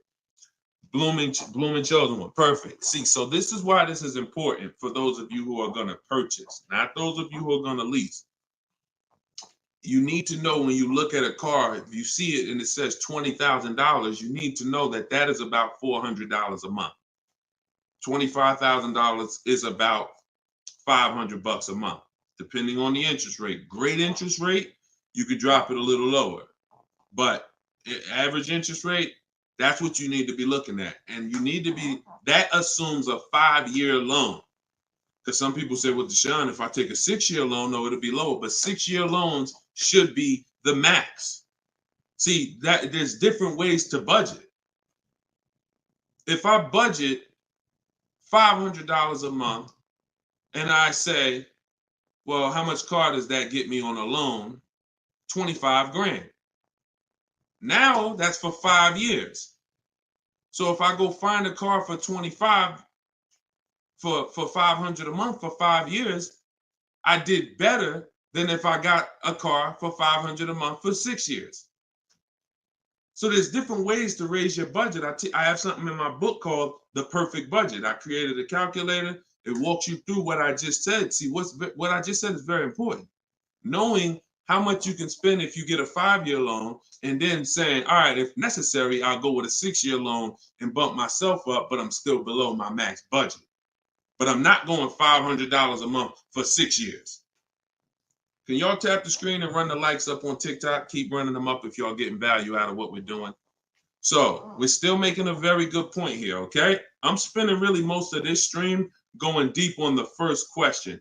And I've never done this before, so we'll see if it works. If somebody said I have a new truck, new advice, any advice? So I went right into the most important question, which is leasing versus buying. How many years am I going to keep the car? And I'm now showing you why you cannot get a great deal on a car if you buy when you should have leased. So let's wrap this up. So we can see here, Danielle got $550 a month on an Audi, no money down. Now let's take the same vehicle and let's pretend she purchased it. She didn't know about leasing versus buying. She just listened to a bunch of people, bad advice, who say never lease a car. So she goes in, she's looking for the same Audi Q3, A3. It's her dream car. So, I've been wanting this for a while. So excited. So how much is this going to be? I'd like to do no money down. Okay. Well, $44,000 car. Forget the taxes. Forget everything. Let's just say, forget that. Let's say they throw that in. We'll pay the tax and everything. Let's say she just finances $45,000. What's her payment? $900. Some of you who are in the math, you would like Deshone, yeah, $900. So she drives out of there. She drives out of there paying $900 for the same car Danielle's paying $550 a month for. Now watch this. Let's just say, now I'm going to show you because I know what you're thinking. Deshone, please send my free book. Okay, I got you. DM me though. I want to stay on topic here. All right, so let's just say some of you are like, well, Deshone, I got a great deal on my last car. I wouldn't pay the same price that Danielle could pay for. Let's say, what's an unbelievable deal on this $44,000 brand new Audi? How much discount? I'm gonna let y'all decide. I'm gonna show you why there is no way for you to get a great deal when you purchase when you should have leased. We're gonna kill this. Some of you are gonna be set free right now. So let's just say, what's a great price? $44,000 brand new Audi Q4 A3. What's just a ridiculous discount? How much off? Let's say like the best deal that you could ever think on a brand new car. Look, all right, it's taking y'all a while to type. We're looking. What's up? Heck, none of y'all ever saved money on a car before? Some people, oh, Deshone, I didn't think we could get discounts on cars. All right, I like that. Nico Smooth, I like that. Let's say the person got $10,000 off. Okay?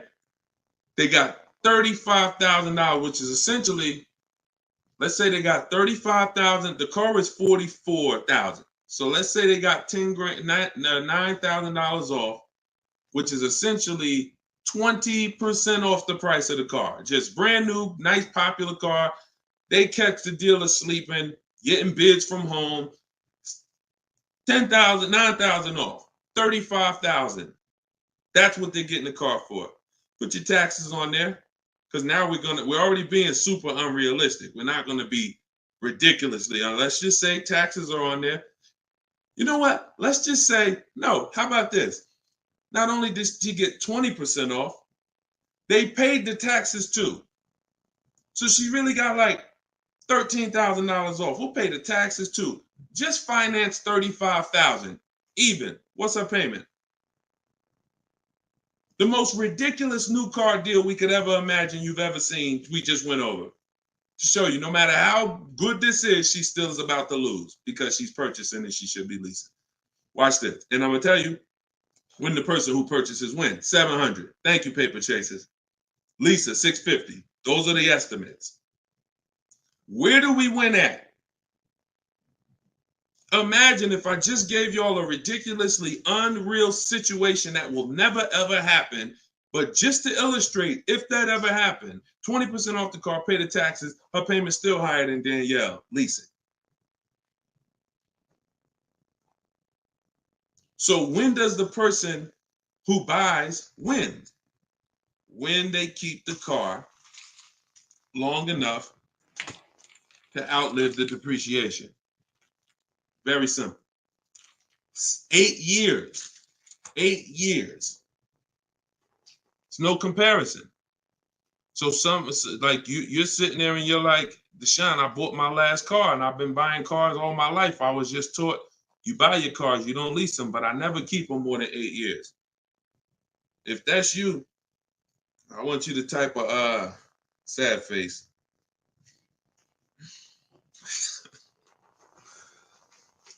You've lost a lot of money. So what would you rather? Would you rather never hear about this, really go all your life listening to bad advice? And we might wrap this because we still got time. Before we even go back into more questions, we actually may go a little, because some of you are like, Deshone, well, what if you buy a new car, a used car? Because you just compared that to a new car. All right. So let's just go back one more time. Let's pull up Danielle because we're on that scenario. So we already said Danielle drove out with a $550 a month lease, paid her first month's payment. Best impossible deal that'll never happen, unrealistic, made up, make-believe deal we just ran was still a higher monthly payment. So imagine with somebody who just goes in regular negotiations, maybe gets $2,000 off the list price. They're leaving paying it's people right now paying $800 a month for this car, $700 a month, easy, no money down. If they didn't put money down, some people tell you, oh, well, I'm paying I got an Audi and I'm paying only $6,000 for it. They never tell you that they put 10 grand down. They never tell you that they put 10 grand down. They forget about that because the day they give the dealer 10 grand, they want to forget about it. So they're definitely not going to bring it up in the story. No money down deals. This is what you're doing most times when you're leasing. So let's go back. Let's say somebody decides they're going to get a good price on a used one. Let's just throw this scenario in here real quick to end this. Instead of a $44,000 brand new one, they find one for like 28. Great used car price, 44,000 new. I got one for 28, maybe 4 years old, low miles, 36,000. Great deal, below market deal. Get it for 28. 28. Throw my taxes and fees on there. I'm at 32, 31. What's my payment? 31, 600. Look what I'm buying too, because some of you that's what you think about with a used car. But I like the monthly payments. But Danielle's driving a brand new 44,000, never been titled. She's the first person to sit in this new car smell, like real new car smell. Latest and greatest options and features, full warranty. If anything breaks on the car, she's covered for 4 years. She won't lease it. She won't have the lease for more than 3 years. She's paying $550 a month. A person who's buying this same car is paying $800 a month, $900 a month, and a person who's getting a used version of this, 4 years old, 1 year left on the warranty, 3 years old, 1 year left on the warranty, and they're paying $600 a month. Everyone's paying more than her. And these are lease deals that we get all day long. Everyone's paying more than her. We can put every scenario. Only person that's not paying more than her is somebody who just drives like a 10-year-old Audi, 12-year-old Audi. They go pay cash for it, buy it from Facebook Marketplace or something like that, or people who go to the auctions and get, like a 12-year-old one. Those are the only people who could, flip cars and not lose. Everybody who's buying new cars, newer cars, is paying more than her. It's people paying $500 a month because they bought their Toyota Camry. They're paying $600. So you're paying $600. She's driving an Audi, $44,000 vehicle, no money down. You're paying $600. You're driving a Toyota Camry that you're not going to keep for more than another 2 years. Any car, replace it. Chevrolet, you could pay, Camry, Honda. You're not keeping these cars more than 8 years, and you're paying these ridiculous car payments, and you're the ones that, unfortunately, because you believe bad advice, you are not winning. You're losing. But would you rather me not tell you? God willing, you're like, man, I'm glad I'm young. I'm going to still buy more cars. Most of you are still going to buy more cars. It's good for you to find this out now rather than you never found out and you just passed it down to your family and your kids. And now They heard they don't lease. Now you got your 25-year-old. He never heard about leasing. He goes and he gets himself a $30,000 car because he got a good job. He said, all right, I could afford a $600 a month payment. He gets a $30,000 car. His payment is $600 if he put no money down, or maybe he put 10 grand down, whatever. Point is, he's paying between $400 and $600 a month for this car when he could be leasing a brand new version of that car for $350 a month. $350 a month, $600 a month. These payments are nowhere close.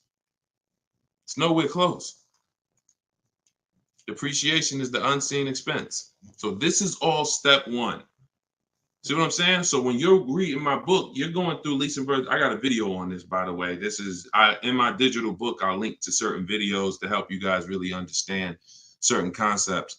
But this is what we do. This is step one.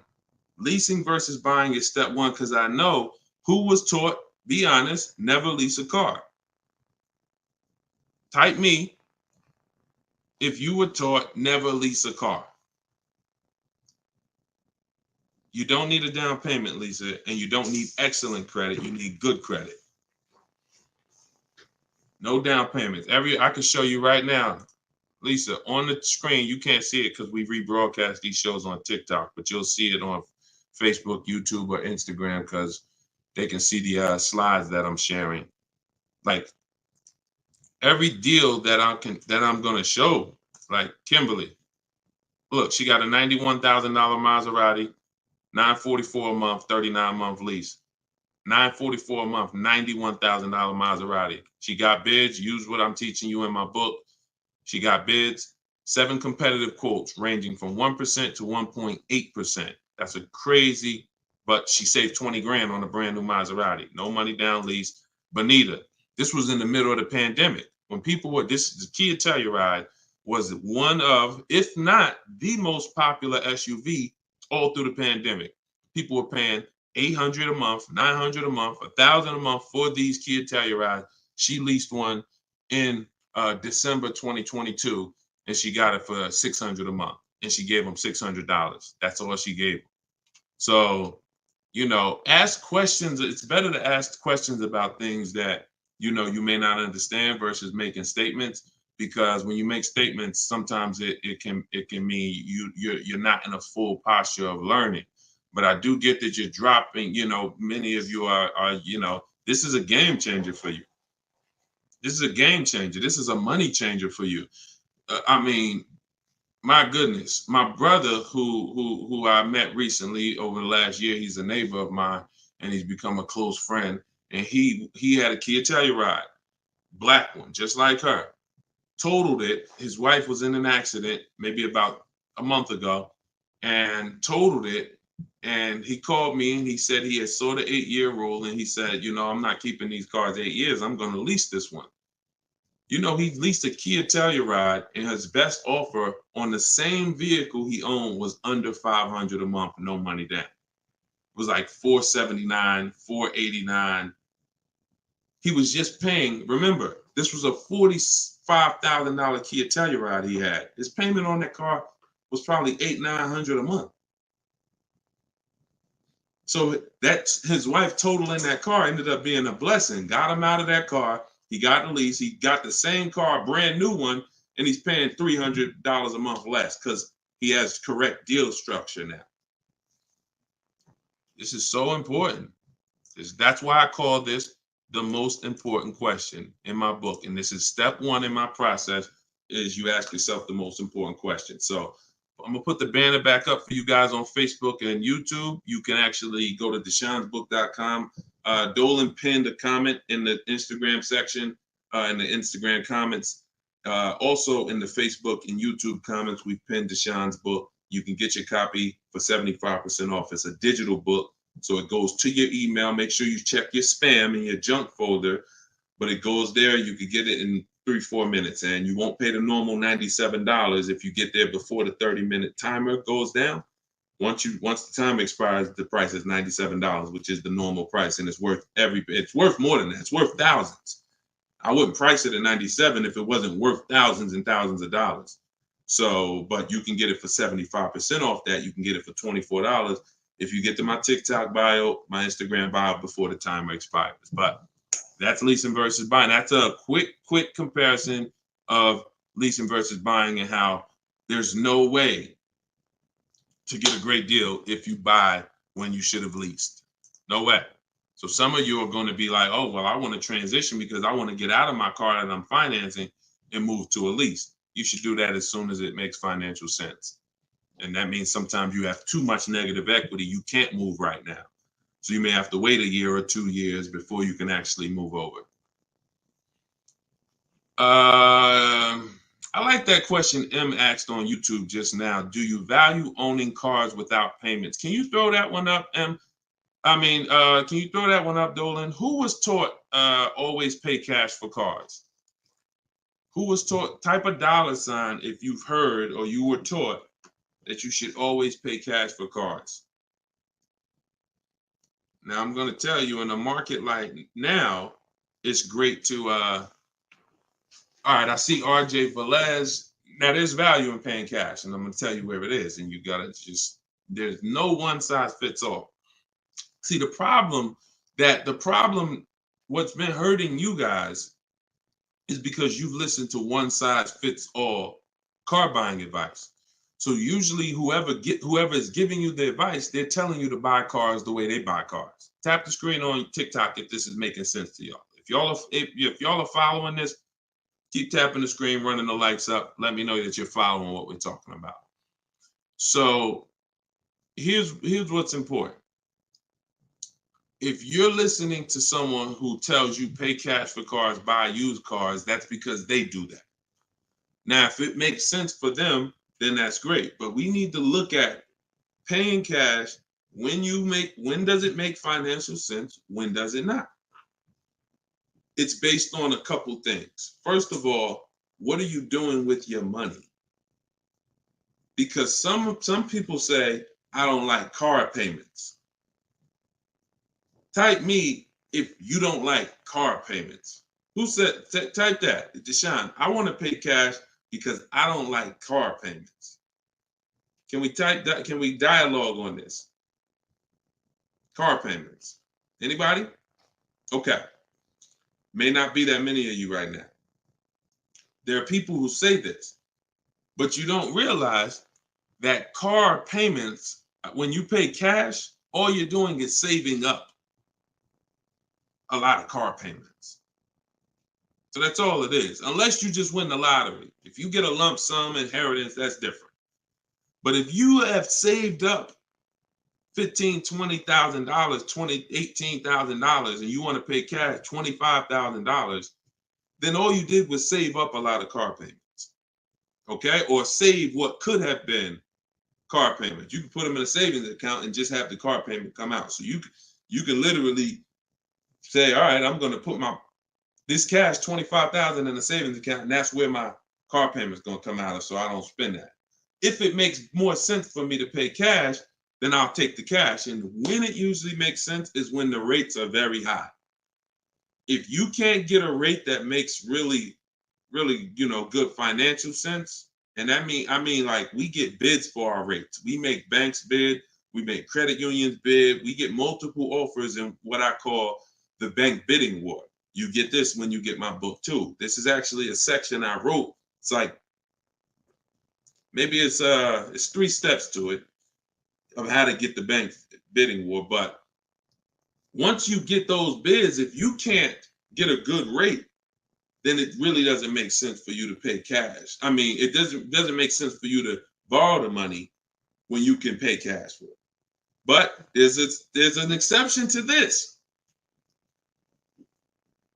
What people are doing with their money is relative. So let's just say somebody is investing their money and they can get 10% on their money or 12%. Some of you are in real estate. Some of you are in good investments and businesses, investing into small, things that you can get 15, 20% returns on your money. It doesn't make financial sense. If you could get that type of return on your money, why would you want to put it into a car that's going to get you not just a low return? What's the return on a car, y'all? When you pay cash, you pay $25,000 into a car. What is the return on that? on the cash. What's the cash on cash return? Because I don't want to talk about this much because everyone's not paying cash. It's a small number of you who will, but I want you to be able to know when this is a financial conversation that if you're paying cash, you should understand this. If you got $20,000, $30,000, $40,000 saved up, you're thinking about paying cash for a car, this should be an easy conversation for you to follow. Okay. All right. Actually, everybody said the return is 0. I haven't seen anyone who's correct yet because it's not. The return would be 0 if you put the 25 in and then 5 years later you came back and got your 25 out. That's a 0 return. If you put 25 into an asset and then you come back in 5 years and you should give me my 25 and they say, well, it's 5 years later, this asset is now only worth 12. What's the return on that? What's up, Big Spoon? What's the return? Not 0. It's negative. It's negative. So you wouldn't take money out of investments that are getting you 10%, 12% or more to put into something where that cash is going to be a negative return on your cash. So that's one thing to consider based on who you are. Another thing is to consider if your money's not invested, you're not doing anything with your money, then just keep the debt down. Keep the debt down. Another thing we do is we see if there's any special rates on the car we're buying, because and when rates are high, traditionally, you're not getting a low rate from a bank or credit union. Rates are 6, 7, 8% on average. You're not going to see 3%. But sometimes you'll see 3% as a special rate. That's car specific. So if I'm shopping for a Mazda CX-5, I'm going to check to see, do they have any special rates this month on the car I'm shopping for? It might be 2.9, 1.9, 0% sometimes. And these are instances where it doesn't make financial sense to pay cash. If I can get this type of rate, use the bank's money for a very low percentage, and then turn around and use my money and keep my money invested or keep my cash. Maybe you just want to have your cash. Once it's in the car, you can't get it. So once you put your money cash in the car, you can't get that money back out until you sell the car. But if you can keep the money and get the car, now you have your cake and you eat it too. I still got my cash, but I'm leveraging the bank's money, paying them small amounts of interest to use it. So people see interest as the only loss. I don't want to pay interest. That's programming. That's not what would be talked about in a finance conversation. And if you want to get religious, because some of you say, "Oh, I don't want to pay interest because of religious reason," then it's a partnership. It's not a debt. It's a partnership. Anyway, let's not get all into that. Just paying cash is right sometimes for some situations. Paying cash is not right sometimes for other situations. The key is, which situation are you in? That's the key. Knowing how to ask yourself the right questions. Which situation am I in? I'm getting good returns. Stock market been returning me X percent late. Hey, this many years, this has been my return. I think I'm going to keep my money invested and I'm going to use the bank's money. That's right for that person. All right. So that's a great question. I don't know how we went deep on that, but we're going deep in this stream. I normally do rapid fire Q&A. We're going deep on some subjects. And again, this is all in my book. Everything that I'm teaching is in my book. Every part of my strategy, it's a 7-step process. First step is most important question. Second step is deal structure. The equity assessment for those of you who are replacing a car or a lease, assessing the equity in the asset to see how much money we can pull out, if any, to either put in our bank account or use in our next transaction. Third step is deal structure. Fourth step is shopping, not buying. It's actually called shopping, not buying, where we enjoy shopping, we enjoy test driving, we enjoy the process. We're about to spend $30,000, $40,000, $50,000, $100,000. We actually enjoy shopping for the item. There's no pressure because we're never talking numbers in the dealership, ever. That's our rule. Step 5 is multiple offers. So once we've selected what we're going to be getting, it's time to get multiple offers on it. If we're getting a used version, it's time to see multiple options of it. And if in step 5 in my process, used car shopping is online marketplaces. You're using online marketplaces, cars.com, carfax.com, autotrader.com, cargurus.com, Carfax, CarMax, Driveway, and Carvana. 8 marketplaces, eBay Motors. See, some of you are missing great deals because you're only looking at 2 of the marketplaces. That's like you're not going to see below market deals until you can see the whole market. So when we're shopping for used cars, that's what we do. When we're shopping for new cars, we use my 25 to 5, where your goal is to get 5 offers. If you are shopping for a new car or a lease, your goal must be to get 5 offers, because until you get at least 5, you are not going to get a below market deal. Because we have thousands of people who have come before you who have used this, and they report to me, they report their deals to me. So when I can tell you the deals we see, we have to get at least 5 offers, because 4 are overpriced. Some people get 6, 7 offers. You saw Charles earlier on his Palisade. I think he said he got 10 offers. But once you learn how to get them from home, either you could do it your way, you want to call and get them, you want to call, ask for managers to get them. I don't care what you do. If you're using my process, we don't do any talking. So when you're using my book, we're not talking. Because when you talk, who knows, when you talk, you can say the wrong thing. When you type, and then you're typing what I wrote for you. Because in my book, you're using what I wrote for you to talk to the dealers by email. So I can't even say talk to the dealers, to communicate by email, because we know everything they're going to say. So then the step 6 is paperwork and protection. Once you get your lowest offer, you find the best option. It's time for the paperwork. And then step 7 is delivery. That's it. So everything that I teach is out of one of those 7 steps. And, part of why you have not gotten the deals that you see me sharing is because you don't have any process. You're just winging it.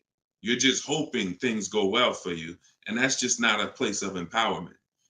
That's just not a place of empowerment. Strategy is here. So, so we went deep on some of what's in that book and what you'll learn if you get it in the comment section, or you can get it in my TikTok or Instagram bio. If you're watching us on TV, you can also scan that QR code with your phone. And as long as you get there before, but now you're seeing why the book's worth $97. I see why you priced it at $97, Deshone. You know what I'm saying? That makes sense. You breaking this down and telling us what's in the book, and it's a digital book with links to videos and scripts and things you copy and paste. Oh, I see why this is a $97 book that you can get for 75% off. $24 before the timer runs out. Go ahead, Dolan. Yeah, this has been good so far, though. I do like this. Are you enjoying this dynamic? If you are, type something.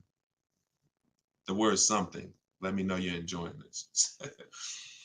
All right, this is from TikTok. I'm told lease deals are new each month. Yep, they usually are. Why shop if brand has same financing deal? There's no same financing deal. So lease deals change every month. I'm going to make sure I'm trying to understand your question right. I'm told lease deals are new each month. Lease deals usually change every month. Sometimes they'll run the same one for 2 months, but usually something changes about the lease deal either every month or every 2 months. Why shop if the brand has the same financing deal? Well, we're shopping for offers. So shopping is to get offers. The financing versus leasing is the first question you should be asking yourself, though. Because as we spent a long period of time talking about earlier in the stream, one offer is not, you can't get a great deal if you buy when you should have leased. So if you didn't see that, definitely watch the replay on YouTube or Facebook. But the financing and lease deals are extremely different, and they're going to be entirely different prices. And we can't even depend. We don't even. Another thing you're doing, if you're buying a car, looking at the special finance deals is important, because that's how we see if they have 0% or 2% or 3%. But looking at the lease deals is absolutely pointless. Looking at the lease offer is, I don't even call it a deal. It shouldn't be called a deal. Anything that 100 people can come in and get is not a deal. You're not going to offer a deal to 100 people and say, hey, come on in and we make almost no money. See, what Charles paid, look, on his Palisade, $48,000 Palisade, he's paying $597 a month. Sean getting he got his F-150 Lightning XLT, $73,000 truck. His lowest bid, he saved, he got it for $4,999, what's this? $21,000 off is what he got. We're showing it on the screen right now in case you think we're capping. We don't need to.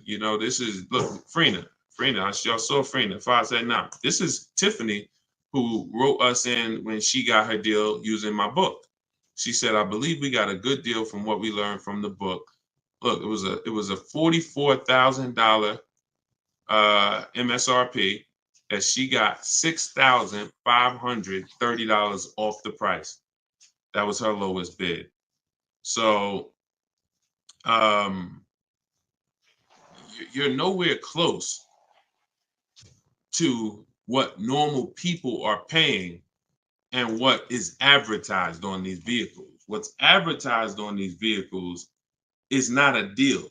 A below market deal is something where the managers don't really want to make it. But you know what? It could happen for a number of reasons. Somebody wants to beat their competition.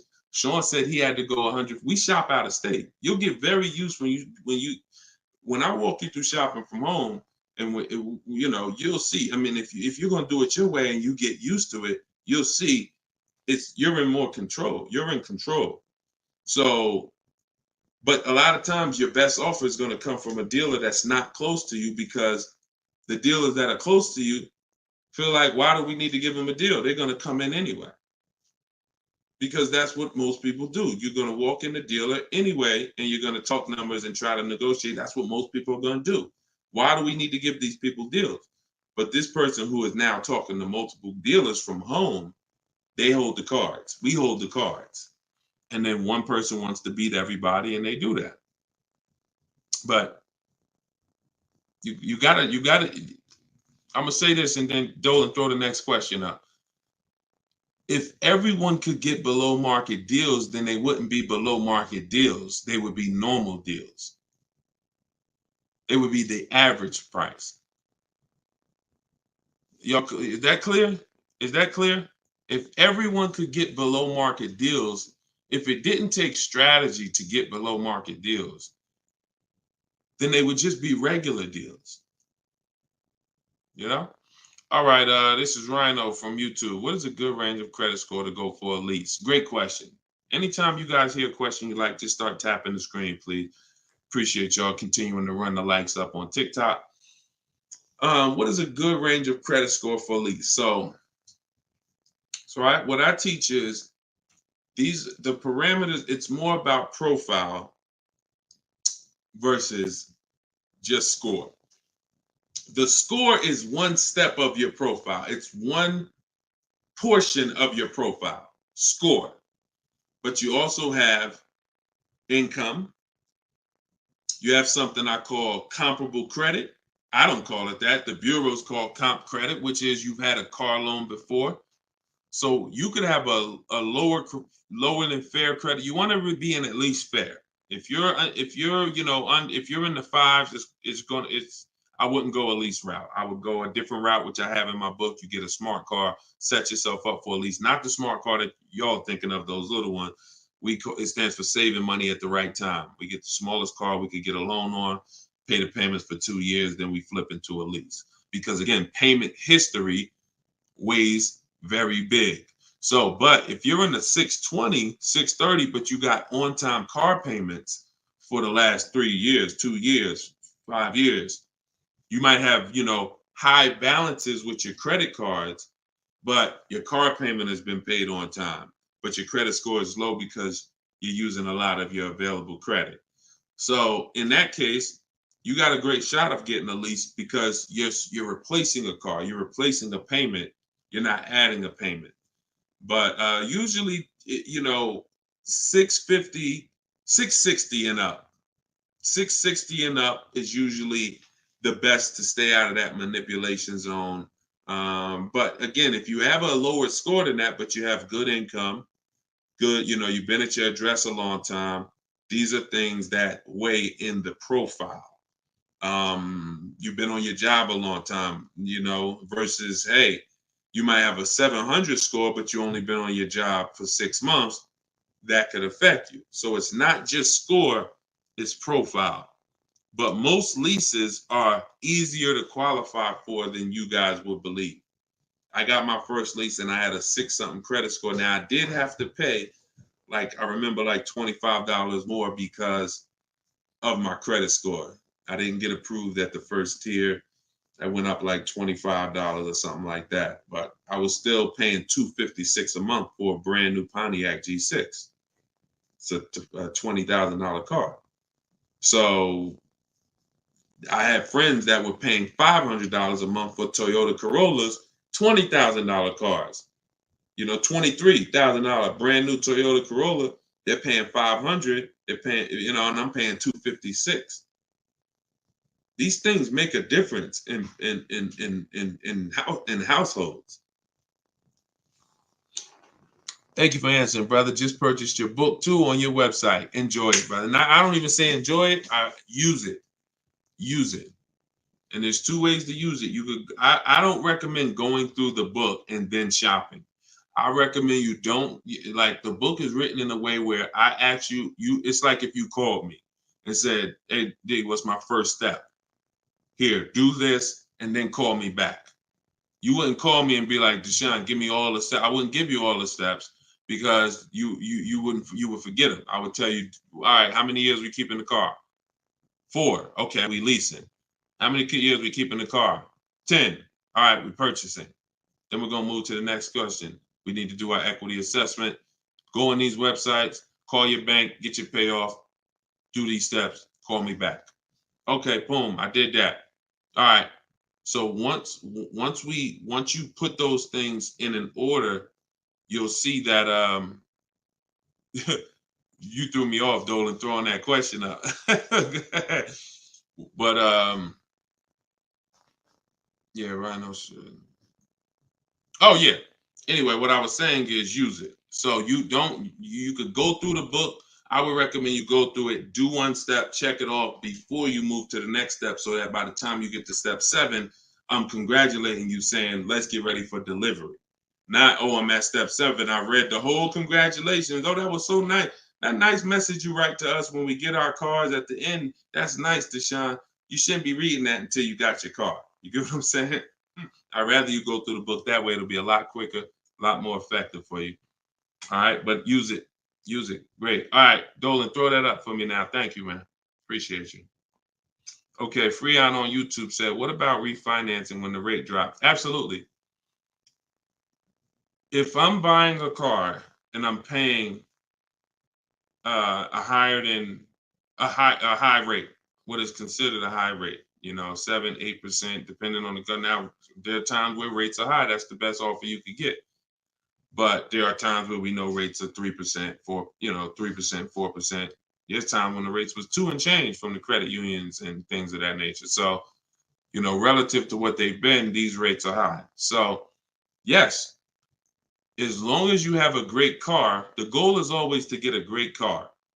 You could change the loan, like Freon said, by refinancing.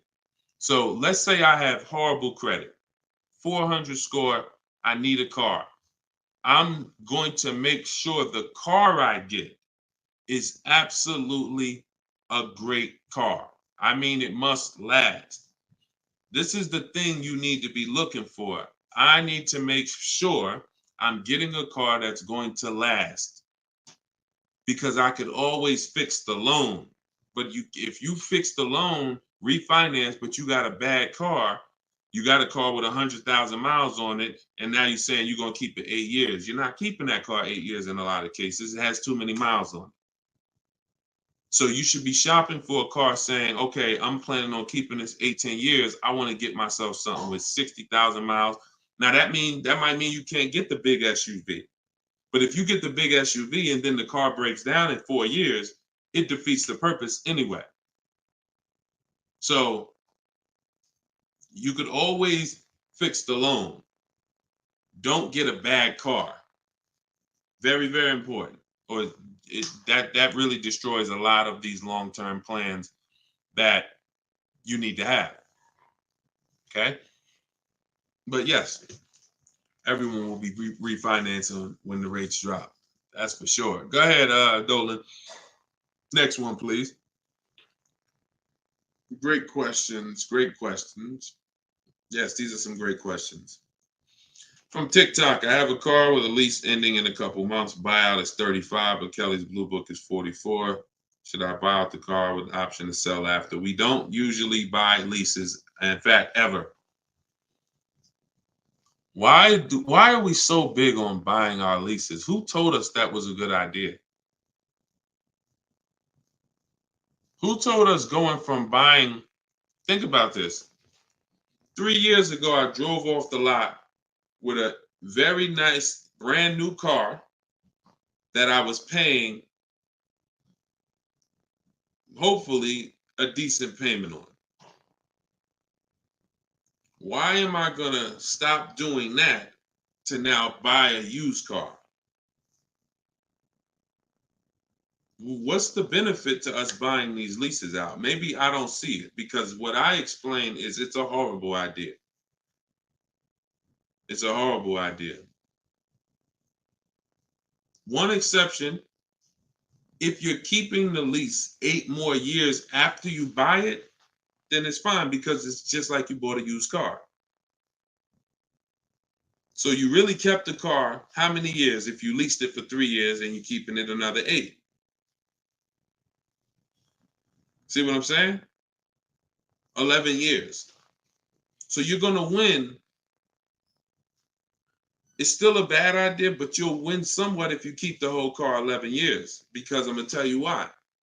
Once you get the used car, you reset everything. You got that's a whole separate transaction. If you lease a car, your payment on that lease is going to be, let's just say your payment on the lease is $450 a month. What you're going to find in most cases, if you buy the lease out, to get a $450 a month payment, you got to take a 6-year loan. To get a $450 a month payment, you got to take a 6-year loan. So you already leased the car for 3 years, and now you're purchasing the balance for another 6. You leased the car for 3, you're purchasing it for another 6. That's 9 years. So why did I just say the only way to win when you buy your lease is to keep it at least 11 years? Because how many years of payments are most people going to have? 9. 9. 9. Can we let that sink in? A person who buys their lease, like most people are going to buy them with 6-year loans, you're paying for 9 years on the same car. 9. Even if you get a 5-year loan, 8 years on the same car.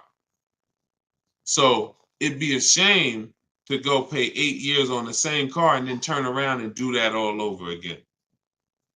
So you want to keep it long enough to at least, hey, I had 2 years of no payments though. I had that car 11 years. I only had 2 years of no payments on it. That's a pretty bad way to live.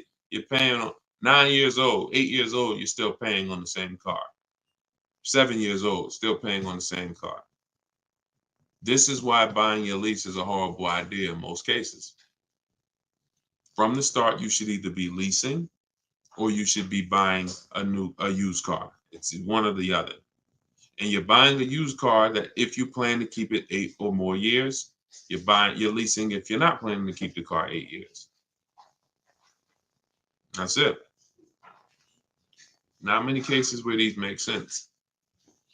Go ahead, Dolan. It's a great question though. And I'm hoping we can help a lot of people stop doing that. And eventually maybe 10 years from now, 15 years from now, people won't be asking these questions, but it's a very, very common question. Go ahead, Dolan. Shoot the next one up, bro. Nico Smooth on YouTube. What's up, my man? Deshone, if I wanted to counter offer lower than what the calculator generated, would that be realistic? Getting 1.4% would like to get around 1. If your lowest offer is 1.4, then that's the lease program. If your offers are 1.4, your offers should not be the same. That means you don't have enough offers. If all the offers are in one spot, 1.4, that means you're not getting enough. Once you get 5, 7, you'll see they should be at least $150 to $200 a month difference. That's how it should be. 400 to 600 a month. 600 to 800, 600 to 750. That's how it should be. Now, if you once your lowest offer is 1.4, but you have 1.6, 1.7, higher offers than that, then 1.4 is the best. And that's the lease program. There's nothing you can do about the lease program. All you're doing is finding the dealer that's going to agree to discount the car the largest amount. The lease program is then going to dictate what the payment's going to be. But yeah, you're on the right track. Go to a Plan B vehicle. It's surprising how different every single vehicle has a different lease program. In regards to what and just to really hammer this home, Zafrina, who we showed first at the beginning of the stream, she had a $579 a month lease on a $65,000 truck. She was shopping for a Jeep Grand Cherokee Limited because that's what they had and they were replacing the lease. So she gets a 1.1 and change. It was like under 1.2, like 1.19 or something like that. That was her best offer on a Jeep Grand Cherokee Limited. That's a great lease. That's a great deal. 600. That's a great lease deal. Probably a $450 payment on a $40,000. Great lease deal. But she said this guy is saying that he thinks he might be able to do better on a hybrid Jeep Grand Cherokee Limited. He said he could probably get me below the 1%. I said, okay, you need to get 5 more offers at least. Because what if he's saying he could do better on that version, that means that version has a better lease program, which means you need to get your 5 offers again. She called me 48 hours later. Well, she posted in our group saying that she had gotten that $579 a month, which was a 0.88% lease. So that's not only is every vehicle have a different lease program, every trim level has a different lease program. Almost trim levels can have different lease programs attached to them. In many cases, they do. All right, great question though. You could also wait it out, Nico, if you have a little more time and see what the programs are next month. Go ahead, Dolan. You can shoot the next one up. Can you lease a car if you have a bankruptcy? Sure, but you need to rebuild your credit. You need to get your, if you start in blank, I know people that have had a bankruptcy, got a discharge, and they are at a 700 score in like a year. So I will be following Shonda Martin. I recommend her to everybody. She has great strategies on credit. She does a lot of live streams like me, and she has great strategies. So I think she's on every platform.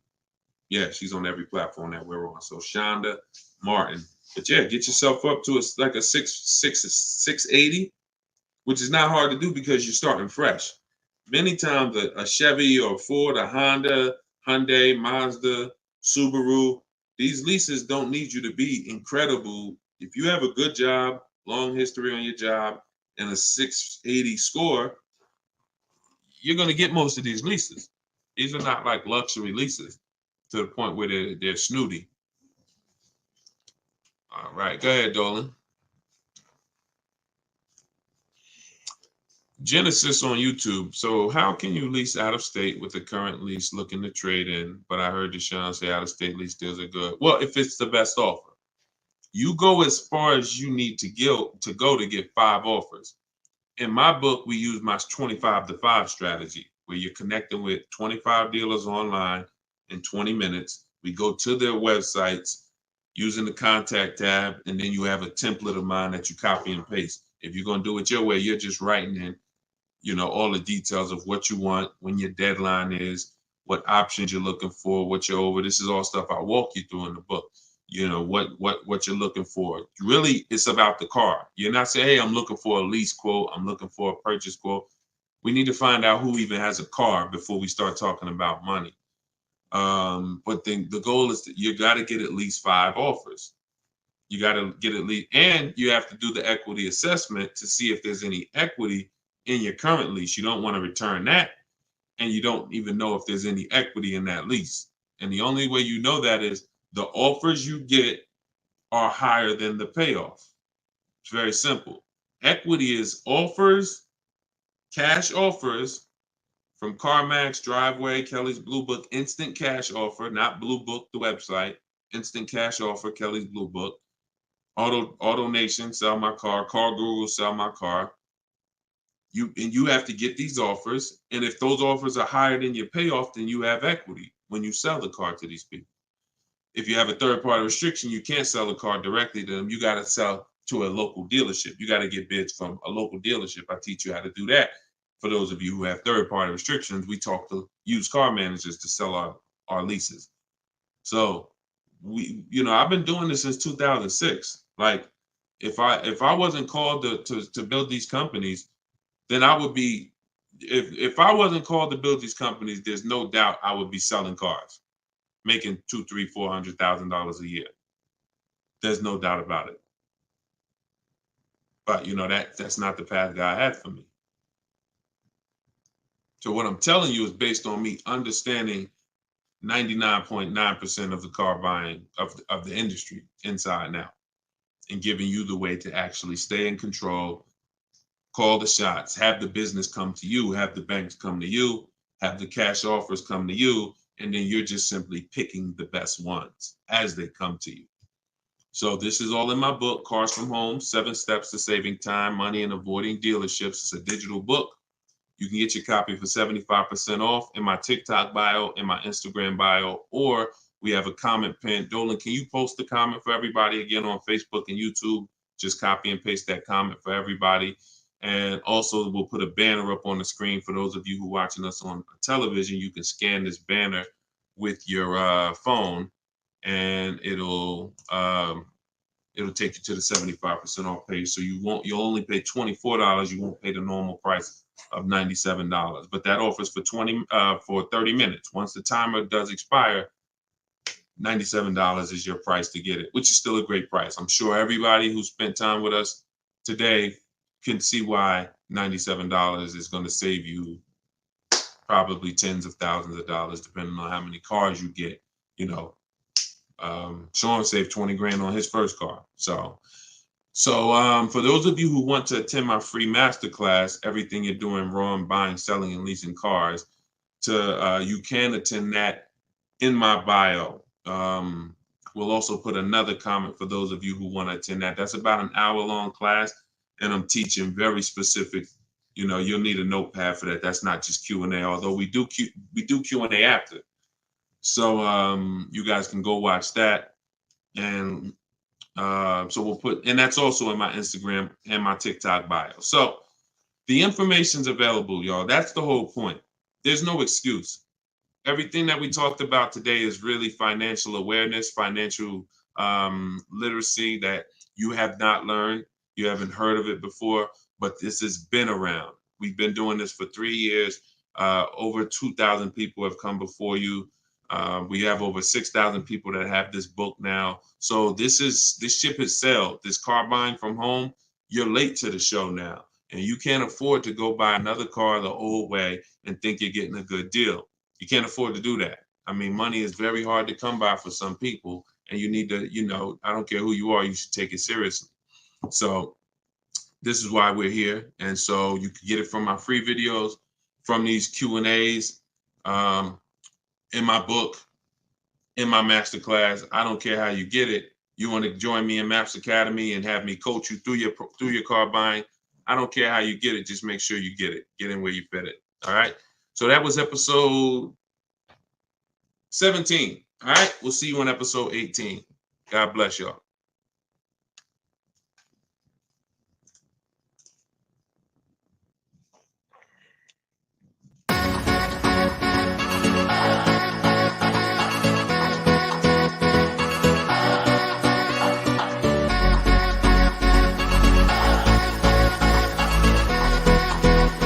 The worst possible thing you could say when you walk into a car dealership. I spent 5 years with Mercedes-Benz, 5 with General Motors, and the worst thing a person could say when they walk in is, if you could just get me to this payment, we got a deal.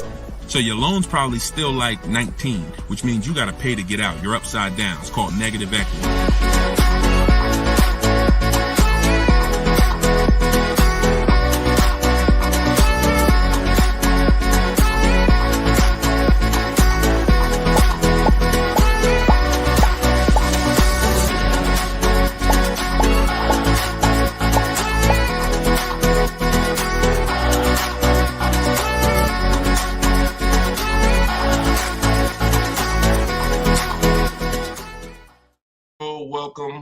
Welcome.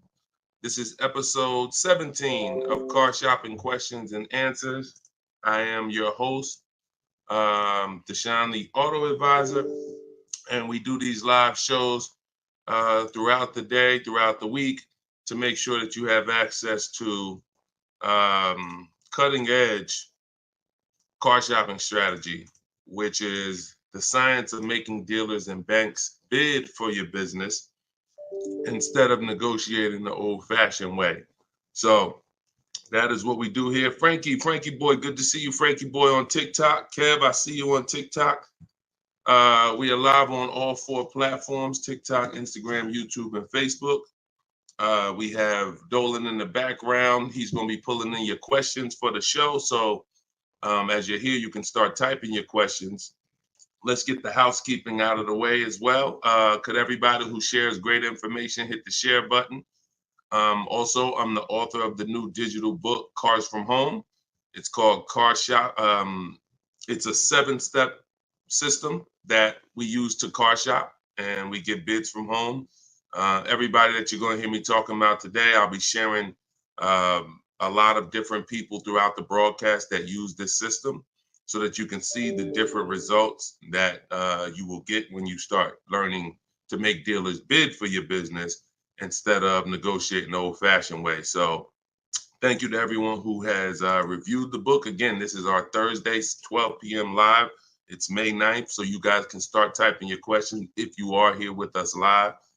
And for all of you who do want your copy of my new book, Cars from Home, 7 Steps to Saving Time, Money, and Avoiding Dealers, we have a link in the comment section on Facebook for you guys. We also have a link inside my TikTok bio, inside my Instagram bio, that you guys can use to get your 75% off your copy. So you won't pay the $97 price. You'll pay $24, but it's only for 30 minutes. So once the 30-minute timer is up, the price is $97, and it's a great price. So all of these people you'll be hearing throughout the show have used the strategies that are in this book to save thousands and thousands of dollars from home. And that's where I'd like you to be as well. So, Dolan, as you get the first questions coming in, feel free to throw them up, and we'll get right to it, y'all. Let's go. Whenever you don't see the banner above me, you know we're actually live. When you see the banner, that means we're rebroadcasting, because we do rebroadcast this show throughout the day. But whenever you don't see the banner, that means we are absolutely live. Okay, so start typing your questions. Type them fast, and we'll get to it. T. Del Mar on Instagram. I'm leasing. Now test drive. Why do I ask for an older salesperson? Won't any salesperson be okay? No, any salesperson will not be okay. Some salespeople will bring you in for a test drive. we talk to people who are experienced in the dealership. So when we talk to them and we ask them, do they have a car that we're coming to see? We know 9 times out of 10, they're going to be honest with us. You get a new kid on the block or a salesperson who doesn't care about this stuff, they'll get there. Who's ever gotten to a dealership, was coming for a test drive, and then the dealership said, oh, that car got sold, or that car is not here anymore by the time you get there? If you've ever had that happen, type me. You set up a test drive, you come in, oh, I was coming to see that car. Oh, it sold like, 2 hours ago. It just sold. See, when you're dealing with experienced salespeople who are honest, exactly, Peaceful Grace on TikTok, you understand. So this is why every step that I teach is important. Even things that you might see, okay, why is he telling us ask for this person? It's because if you don't, you run the risk of running into a salesperson who doesn't care. Oh, you'll get there and just, oh, well, that car sold, but hey, I might have another one. Let's look at some other ones. No, we don't go for that. We don't go for that. Our test drive is strategically set up to try to guarantee a successful test drive where we can be in and out that dealership in 20, no more than 30 minutes and coming home. Okay, let's go. Nothing is left to chance. All right, go ahead, Dolan, shoot the next one and keep your questions coming, everybody. We'll try to get through as many as we can.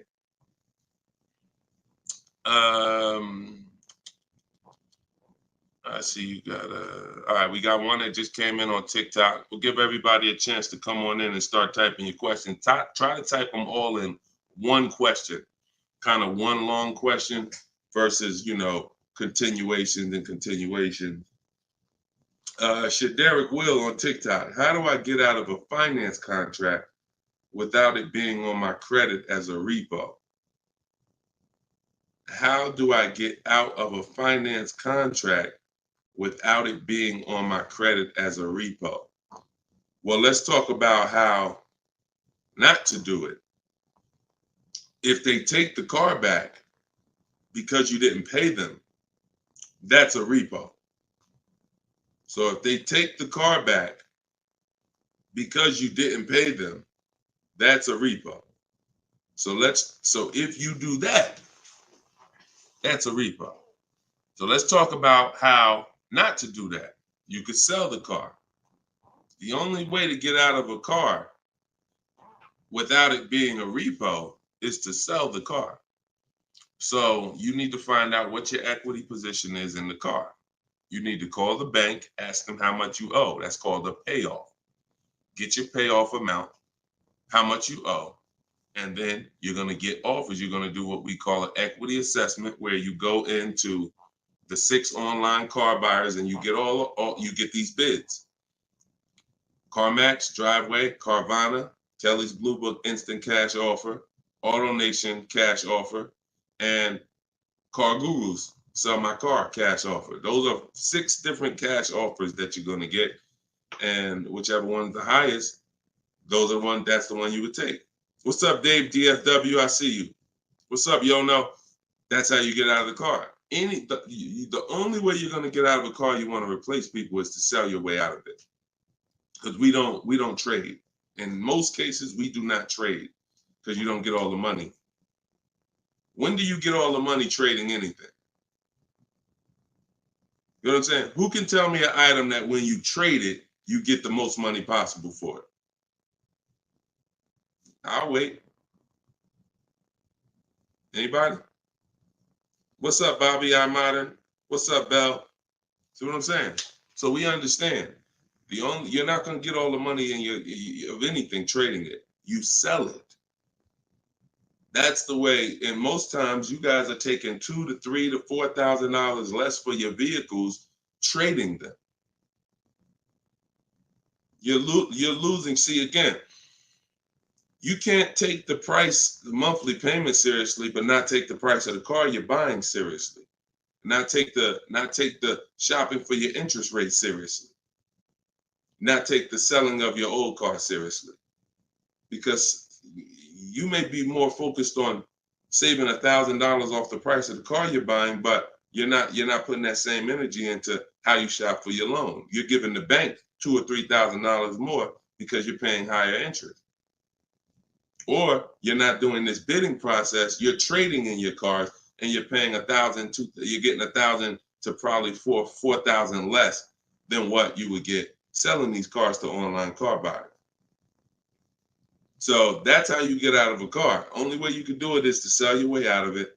And if you have negative equity, to pay the difference so that you can get out of the car. But if you just let them come take the car, you can finagle anything you want to try to not have it be a repo. It's a repo. It's a repo. And so the time 3 years ago, everyone could have sold their car and really got out of them because the prices of cars were so high. What's up, Alan Denson? Thank you so much. Appreciate you. Yeah, so that's it. Go ahead, Dolan, shoot the next one in. This is our Thursday live show. My man, Alan Dawson, appreciate. Oh, Alan Denton. Yep, appreciate you, man. Thanks for supporting the broadcast. This one's Optimal Living from TikTok. This is our Thursday, May 9th live show at noon. So whenever you guys don't see the banner above me, that means we're live. You can send your questions in, and we'll try to get them into the show. Grand Rising, I want to buy a used approximately $10,000 or less. Approximately $10,000, less than 100,000 miles, 1 or 2 owners, like a Honda, Hyundai, Volkswagen, good gas mileage, easy to repair. Any suggestions? Well, you have a lot of filters there. If you were buying under 10 grand, I would be looking at Facebook Marketplace. I would be looking at Facebook Marketplace because our used car strategy is to look at all the marketplaces where cars are. These are, AutoNation, Auto Trader, Cars.com, Car Gurus, Carfax.com, CarMax, Carvana, Driveway, and eBay Motors. But if we're looking at a car that's under 10 grand, I would certainly be looking at Facebook Marketplace. Facebook Marketplace is where you're going to try to find a private party owner, not a dealer. Not a dealer. You're trying to find a private party owner that's going to sell you the vehicle, private party, not a retail purchase. A retail purchase is at a dealership that has done reconditioning on the vehicle to prepare it for the market. And so you're paying for that. You're paying probably 10% more for a retail purchase because it goes through the retail process. But if I'm spending under 10 grand, I'm looking at Facebook Marketplace to get a private party sale where I could save probably another 10%, maybe a little more below the retail price. But that's really depends, price specific. Same thing with selling cars. When we get our bids, if our car is worth less than 10 grand, we usually I always tell people, it's in my book, if the car is less than 10 grand, when you get your offers, you could get probably 1,500 to 2,000 more listing it on Facebook Marketplace. So if my highest offer might be for 8 grand from CarMax, everyone else is offering me 7 and 65, and I'm gonna throw it on Facebook Marketplace if I have the time, and I'll sell that car and usually get a $1,500, $2,000 above. So it's the same difference. I would shop on there if I was looking for a car under 10 grand. I would sell on there if my car was worth under 10 grand. See, when you start going with cars that are worth 15, 20,000, trying to put them on Facebook Marketplace, most of the buyers there need a loan. Most of the buyers on Facebook Marketplace need a loan. So when you get there, they're not going to be, most people don't have 20 grand to bring a private party. That's just most people. So the buying pool is very small for 15 to 20 grand, 30 grand private party. But the buying pool is very big for under 10 grand private party. So you always want to go to where the buyers are, where the best opportunities are. So yeah, that's what I would be doing. Great question, Optimal Living. All right, keep the questions coming, y'all. I see Sharita said, hey, I got the book. I'm stoked. This is great info. Thank you so much, Sharita. Enjoy it, use it. The things that are in my 7-step book, y'all, is everything you're learning right now. So everything that I'm teaching you is out of one of my 7 steps in my car shopping process. My book is called Cars from Home. So it's all designed to teach you the science, walk you through the science step by step of doing 90% of your car purchase from home 90% of your savings are done at home, not in a dealership. The only thing we're doing in a dealership is test driving, is having our car appraised if we have a third-party restriction by a used car manager, and picking up our car if they don't deliver. Those are the only three things we are doing inside a dealership. All the negotiating, the price saving, the shopping the market, the research, the working with the bank, that's all done at home. And some people, some of you are going to do 100% of your purchase from home. If it's a new car or a lease, some of you could do 100% of it, because if the dealer delivers, literally you never went into the dealership except for the test drive, and then we get our bids and we make the we accept the best offer. This is somebody who just got a bid. You can see the dates not too long ago. Look, I contacted 25 dealers. Some of you know my system is used to, we connect with 25 dealers, with our goal being to get 5 offers. Because what percentage of offers is overpriced? Let's see if anybody on here knows. If anybody's been spending time with us, this might be a lot of your first time with us on the stream, but what percentage of dealers is overpriced? Let's see who knows. And this is why you must get at least 5 offers. At least 5 offers, because what percentage of dealers are overpriced, everybody? Let's see. All right, we may got a lot of new people on here. Maybe nobody knows. No, not 100%, Twan. Not 100%. Thank you, T. Delmar. 80%. Exactly. 80%. T. Delmar Instagram got it. 80% of dealers are overpriced. Now, this is not my opinion. I'm telling you guys. I've been working with people all around this country. I opened up my car buying school, Maps Academy, 2021. We have probably over 6,000 people now that have our book. So people report deals to me. I have hundreds of people who over the years report their deals to me. And that's what we see. We see 80% of the quotes we get are higher than the best quote. So when you get your 5 offers, one of them is going to blow the other ones away, but the other ones are going to be significantly higher. And when you look at somebody like this is Teddy. Teddy he said, I received 10 offers. He said, I only use the scripts provided. So in my book are the scripts he's talking about that you copy and paste. This dealer's initial quote came back at 937. Using the counter offer calculator, which you have in my book as well. Using the counter offer calculator, I countered at, I closed on this, wait, hold on, I can't even read. I closed on this 2024 BMW i4. MSRP is $73,855. $73,000. Pay attention to this, y'all. I counted at 829. He came back with 856. My highest offer during this process from a different dealer was 1123. My local dealer, it's a lot happening here in this post if y'all pay attention and dissect it. My local dealer came in at 986 and even told me in an email that he didn't think I'd find a better deal out there. I didn't speak to one salesman on the phone until after the credit was ran and the deal was secured.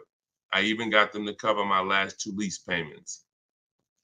This is how you get, see, if I was to ask Teddy right now, Teddy, bet me $1,000 that there's not a better deal out there. He'd most likely take the bet because he connected with 25 dealers. He got 10 offers. He used it. You can never accept a deal without countering, because we don't know what the bottom is until they say no to the counter, or until they say, no, I can't do that, but I could do this. Now we know they're at the bottom. So all of this stuff can't happen. You're not going to have price assurance, which means you guarantee you paid the lowest price, and you're not going to be able to get these numbers until you sit at home and start getting the offers at home.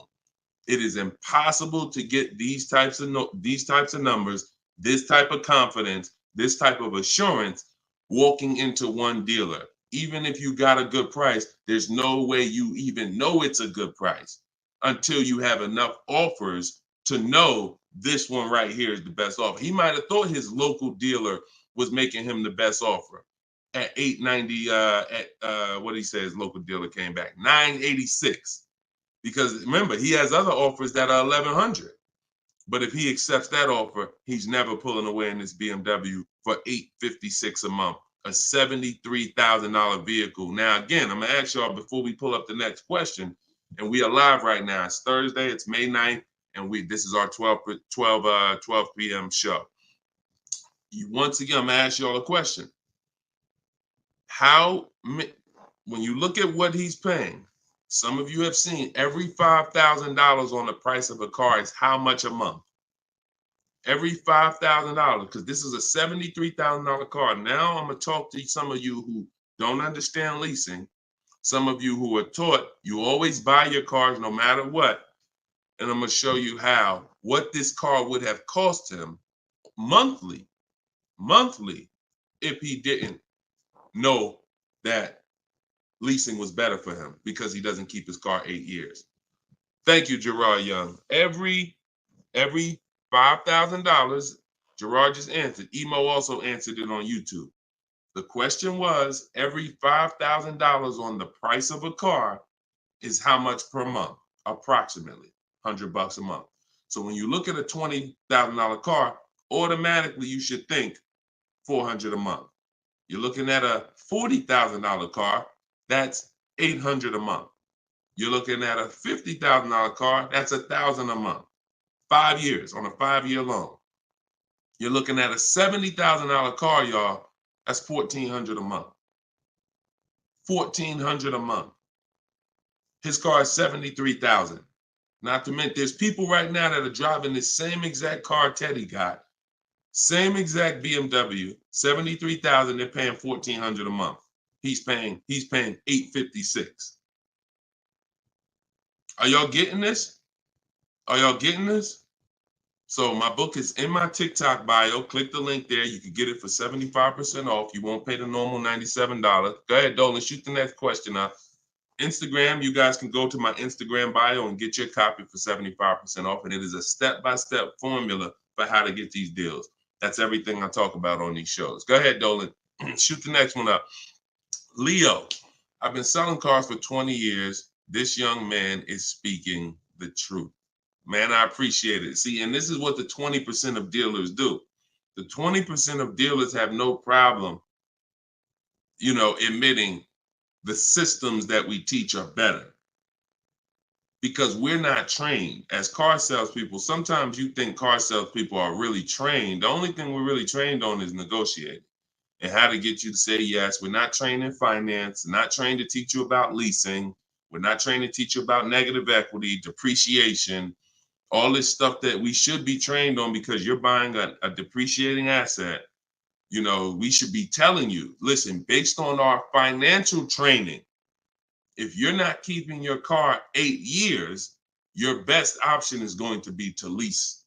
Because when you buy your car is going to go down in value so much over the 5 to 8 years you have it.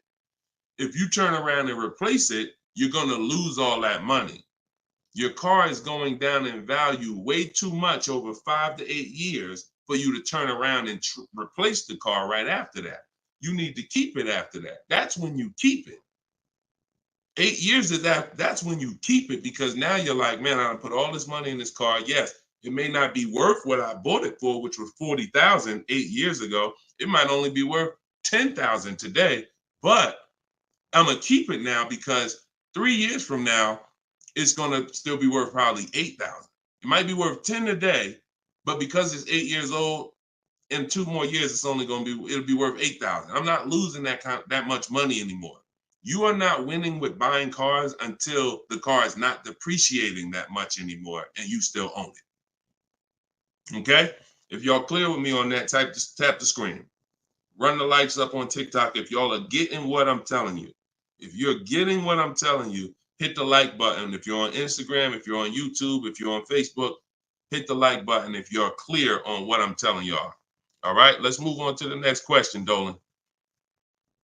Okay, I like to make sure you guys are actually following the conversation. So you have to actually respond and let me know you're following it when I ask you a question. All right, this one's Glenn over on YouTube. If your car lease is up in 6 months, how do you go about trying to sell your lease? Well, the first thing you're going to do, first of all, this is a great question. Glenn said, how do you sell your lease? Now, step 2 in my process is called the equity assessment. My book is called Cars from Home, 7 Steps to Saving Time, Money, and Avoiding Dealerships. Step 1 is the leasing versus buying question. Step 2 is the equity assessment, which means if you have a car you're replacing, we got to get the most money for it. And that's never going to be with a trade. So we have to see, is there any equity in our lease? Now, we are not assuming this. We are going to do this process and see, because some leases have no equity. Some leases have a good amount of equity. Like, hold on, I just had somebody write me talking about equity they got in their lease. Hold on. Didn't talk to, I think it was this person. Oh, but I cut off their post. Somebody said they just got $4,000 and I always like to say this. I always like to show this stuff so people understand. You know, we operate with documentation. So when you are getting how you determine if you have equity is with cash offers, not with algorithms. Kelly's bluebook.com. Blue Book says my car is worth this. That means I have equity. No, Blue Book doesn't buy cars. So what you want to do is you want to determine if you have equity by calling your bank. You're going to get your payoff, which is how much you owe. And then you are going to go on the websites that I'm laying out for you. It takes you 20 minutes. If you can't take 20 minutes to go on a website to fight for your money, you don't deserve it. You're going to CarMax, you're going to Driveway, you're going to Carvana, you're going to Kelly's Blue Book Instant Cash Offer, where they connect you with a local dealer to get a cash offer. You're going to Car Guru, Sell My Car, and you're going to AutoNation, Sell My Car. And that's going to give you up to 6 offers. And if you have a lease, you need to ask your bank, do you have a third-party restriction? And if they say you have a third-party restriction, then if you have equity, you're going to be selling to a local dealer, not to one of the local online buyers. If you don't have a third-party restriction, we sell to the highest online buyer. If you do, we sell to the highest bidder among used car dealers. So it's just simple. There's different processes. I don't teach one size fits all car buying. So some of you who have a lease with a third-party restriction, you're going to use one strategy. Those of you who don't have a third-party restriction, you're going to use a different strategy. Those of you who don't have any money you owe on your car is paid off. You don't need to call your bank. You just need to go on those websites and get the offers. So, and when you're on there, if you have a lease, there's going to be a part where it says, is your car owned, financed, or leased? You want to put owned. It's very important. Don't put lease because it triggers something in their websites. So that's step 2. I go over this thoroughly in my book. This is called the equity assessment. You can't, listen, you need to get bids. Bids. That is my favorite word, that multiple offers. The reason why you are not saving the money that you could be saving is because you're not getting bids. The reason why you don't have the confidence when you leave a dealership that you got the best price is because you're not getting bids. It's very simple. Start getting bids and you're going to save more money and make more money selling your cars. And you'll see why we don't trade in cars. That's the equity assessment. Okay. Step 2 in my book. Go ahead, Dolan. Shoot the next one up. All right. Yep. Wanda said my last lease had 5,000 in equity on TikTok. Amen. I sold the lease a couple years ago when prices were super high. I made $10,200. My mother did. I made $9,000 on my Jeep Grand Cherokee. That was in 2021, I believe, 2021. Yep. It was ridiculous money. So the 9, 10 grand, 12 grand lease, those are not really there anymore. But we still see people that are making 2 and 3 and 5,000 for sure. Rudy on Facebook, how are you? Good afternoon, Deshone. I'm new to the live stream. Welcome. Who's new to the stream? If this is your first time here, type 1. Type the number 1 if this is your first time here. I'm looking for a 2020 SUV, Mercedes GLB 250, 4MATIC, less than 20,000 miles. Drives over 120. I see you, Yvette. Drives over 120 miles daily. We have been looking in different car websites. Still haven't found one that matches our max of 30K. Any suggestions? We live in New Hampshire. We've been looking in Massachusetts as well. Should we be expanding our searching area? Thank you for your help and keep up the great work. Absolutely. Yes, you should be expanding your search area. If you're looking for a 3-year-old vehicle with less than 20,000 miles, right now, you got to look at the age of the car. When you're searching for a used car, you got to remember a car comes out the year before the year we're in. So if a car is a 2020, it was released in 2019, most likely, which means you're calculating the age based on then. So if you're looking for a car that was released in 2019, and right now we're in 2025, you're looking at a car that's 6 years old. If you're looking at a car that was released in, 2022, and we're in 2024, then it's 2 years old. So you need to look and say, okay, how old is the car I'm looking for? And then we can look at the mileage. Because if you're looking for a car that's 4 years old, but you're looking for it to be driven 20,000 miles or less, that means you're only looking for a car that has a 5,000 a year average. That's going to be very tough. I like to go with it. I like to look at 10,000 a year, and then I like to go to 12. Now, we're talking about how we expand the search of our used cars, because the whole goal is to expand the search slowly. So if you were looking at the 2020, 20,000 miles, now go up to 30,000 miles. I would go up to 40,000 miles, because 40,000 miles still means it's driven lower than average. Just to show, so average miles is 10 to 12,000 miles a year. If you get a vehicle and it's 4 years old, it's driven 10 to 12,000 miles a year. It has really under 40,000 miles on it. It means it's been driven under 10,000 per year. So you're really looking for the mileage. It's the mileage that I think is really going to limit you. Now you could expand your search wide, like you said. There's many ways to expand it. You could go 100 miles out. You could go 200 miles out. You can go 500 miles out. So but you could also expand the search by lowering the mileage threshold and saying, all right, I'm looking for something that has, under 40,000. If it has 36,000, 38,000, 30, I'm good with looking at those. And I think that's going to give you a lot more options, considering how old the car is and how many miles you're looking for it to have. That's way, way, way, way, way below average driven miles. Way, way, way below. And when you have just, you're looking for a car that's only been driven 5,000 miles per year, you're going to have a harder time doing that than looking for a car that's been driven 10. So once we do that, we're still narrowing it down in other ways. Carfax title history, service records, accident history, verifying there's no fake fees. So we have other narrowing down processes. Then we get the new window sticker to make sure, because you can't know you paid a great price without knowing what the original price was. Who's bought a used car in their life? Type the letter U. Type the letter U, and I'm gonna before Dolan pulls up the next question, I want to make a point here to how just not having strategy, you guys are missing the things that you should be using to determine if you're getting deals. Yvette, I see you. Okay. Richard on Instagram, I see you. Leslie on TikTok, I see you. Alex, I see you. Derek, I see you. Harold, I see you. Kathy, I see you. Okay, so let me show you something.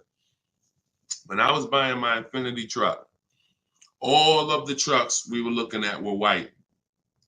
All of them were priced between 30 and 32,000 as a used vehicle. 30 and 32,000. So if I narrowed it down, the top four I was looking at, they were all white, black inside, between 30, 32,000 price. Similar miles, one may have 26,000 miles, but the highest one has 36 similar miles. So I'm narrowed this down. Now, this is where many of you you don't have the information to make the right decision, because the determining factor of which vehicle I chose was based on the brand new price. I'm gonna tell you exactly how this went. Once I got the brand new price, I got the brand new window sticker on all of these cars, I was able to see that one of the cars brand new was 46,000. One of the cars brand new was 48,000. One of the cars brand new was 52,000. And one of the cars brand new, which is the one I ended up getting, was 54,500. It was a special edition. It has all of these features on it, has all these packages. It has different rims. It has all these different things. Now, if I would have picked the other ones, because the asking price was lower, I would have made a horrible decision. Paying 31,000 for a car that was originally 46,000 is nowhere near as good of a deal as paying 31,800, which is what I paid for a car that was originally 54,000. This is what I call in my book the true value percentage. The true value percentage discount is what the vehicle is being sold for relative to what it was when it was new. So picture this, if the vehicles that I was looking at would have only had the true value percentage discount on them, it would have made it even easier for me to choose, because the one I picked would have said 42% off the brand new price. The ones that I didn't pick would have said 38% off the brand new price, 36% off the brand new price, 32% off the brand new price. So when I look, true value percentage is literally that.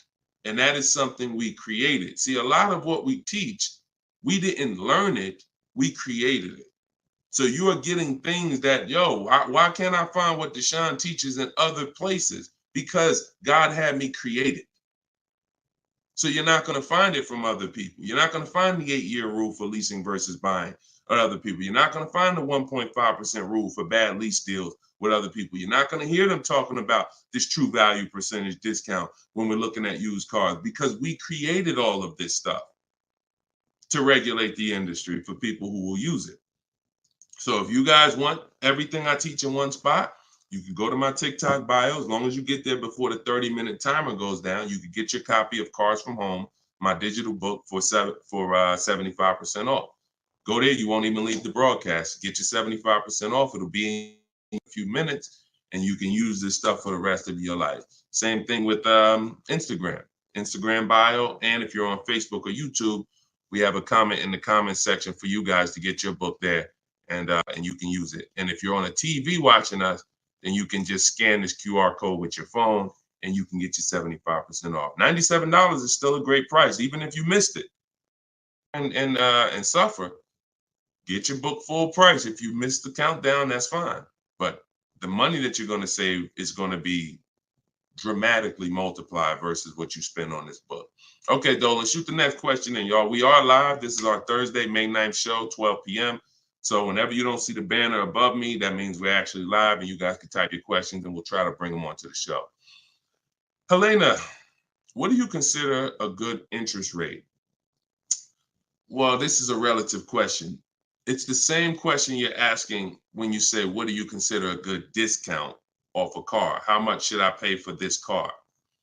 We only pay when someone wins the bid. So we teach something called the bank bidding war, which I also created. You have been taught that, don't let these dealers run your credit, or always get, who's been taught any of this stuff? Always get your own pre-approval You know, never use the dealer's banks. Never, you know, all of this stuff. Any way. We teach a process that the credit bureaus allow. The credit bureaus allow us to have an unlimited number of banks and credit unions run our credit with a hard pull, as long as it's within a certain period of time. As long as it's within a certain period of time, when that time expires, they are going to have that weigh on our credit as one hard inquiry in terms of how it affects our score. See, normally when you have a bank run your credit with a hard and then another one, and then another one, each hard inquiry affects your credit. But when you do it the way it was meant to be done, and using the bank bidding war, if one hard inquiry would have dropped your credit 10 points, 20 of these hard inquiries is going to drop your credit the same 10 points. So the way it's done is there's 3 rounds to it. There's 3 rounds. This is for people that are financing. Again, those of you who are paying cash, this doesn't matter. Those of you who are leasing a vehicle, this doesn't matter. That's why having access to car buying advice that's not one size fits all is what you need. Because typically, if you only pay cash for cars and get used cars, that's what you're going to teach people. So everything has a different place. So those of you who are financing a new car or a used car, you're going to use the bank bidding war so that you don't have to ask this question. This is the answer to Helena's question. How do you know? What do you consider a good interest rate? It's who wins the bid. So there's 3 rounds to it. The first thing we're going to do is see, are there any special interest rates on the car we're shopping for? So if we're shopping for a Kia Optima, a Kia K5, and all right, let's see, are there any special interest rates on it? Are they doing anything like 1.9% financing? Are they doing 0% financing? Are they doing 2.9% financing? Anything special? We also need to know how much the term. What's the term? Some people only do 0% for 3 years. That means you got to be able to pay the car off in 3 years or you can't take the deal. If it's 0% for 60 months, that's different. You got a 0% 5-year loan. You got 0% 6-year loan. So we need to see, is there anything special on the car? We do that for new and certified pre-owned, if we're looking for a certified pre-owned. Now, if we find something, sometimes that could prevent us from even needing to do any other interest rate shopping. If they're doing 1.99 for 60 months, you're not going to find better than that. No bank is going to do better than that. So that's why it eliminates the rest of the rounds in the bank bidding war. Eliminate it. But let's just say that there are no special interest rates. Now we're going to revisit the bank bidding war in round 2, which is after we find the best price on our car. See, because some of you, when you go shop for a car, you're thinking, how much should this car cost? Oh, what's the monthly payment should be on this car? The monthly payment is between you and the lender. It's not between you and the person you're buying the car from. See, this goes back to our point, which is you must set up your car buying transaction from who you're getting your loan from. The process of shopping for the best price on your car is different, or should be different. If you listen to me, it will be different than the process of you getting the best price on your loan. The best price on my loan is a different process than getting the best price on the car I'm buying. So now, once I start now looking for my car, getting my bids, get the best price on my car, now it's time to come back and get the loan involved. See, many of you are focused on what the best monthly payment is on the car, but you're not focused on finding the dealer that is the lowest price. That's focus number 1. Before we think about what is our monthly payment, we are thinking about what is the dealer? What's my process for finding the dealer who's going to sell me this Kia K5 for the lowest price? Who's going to sell me this $40,000 car for the lowest price? Once I find that dealer, Now it's time for me to come and get start shopping for my loan.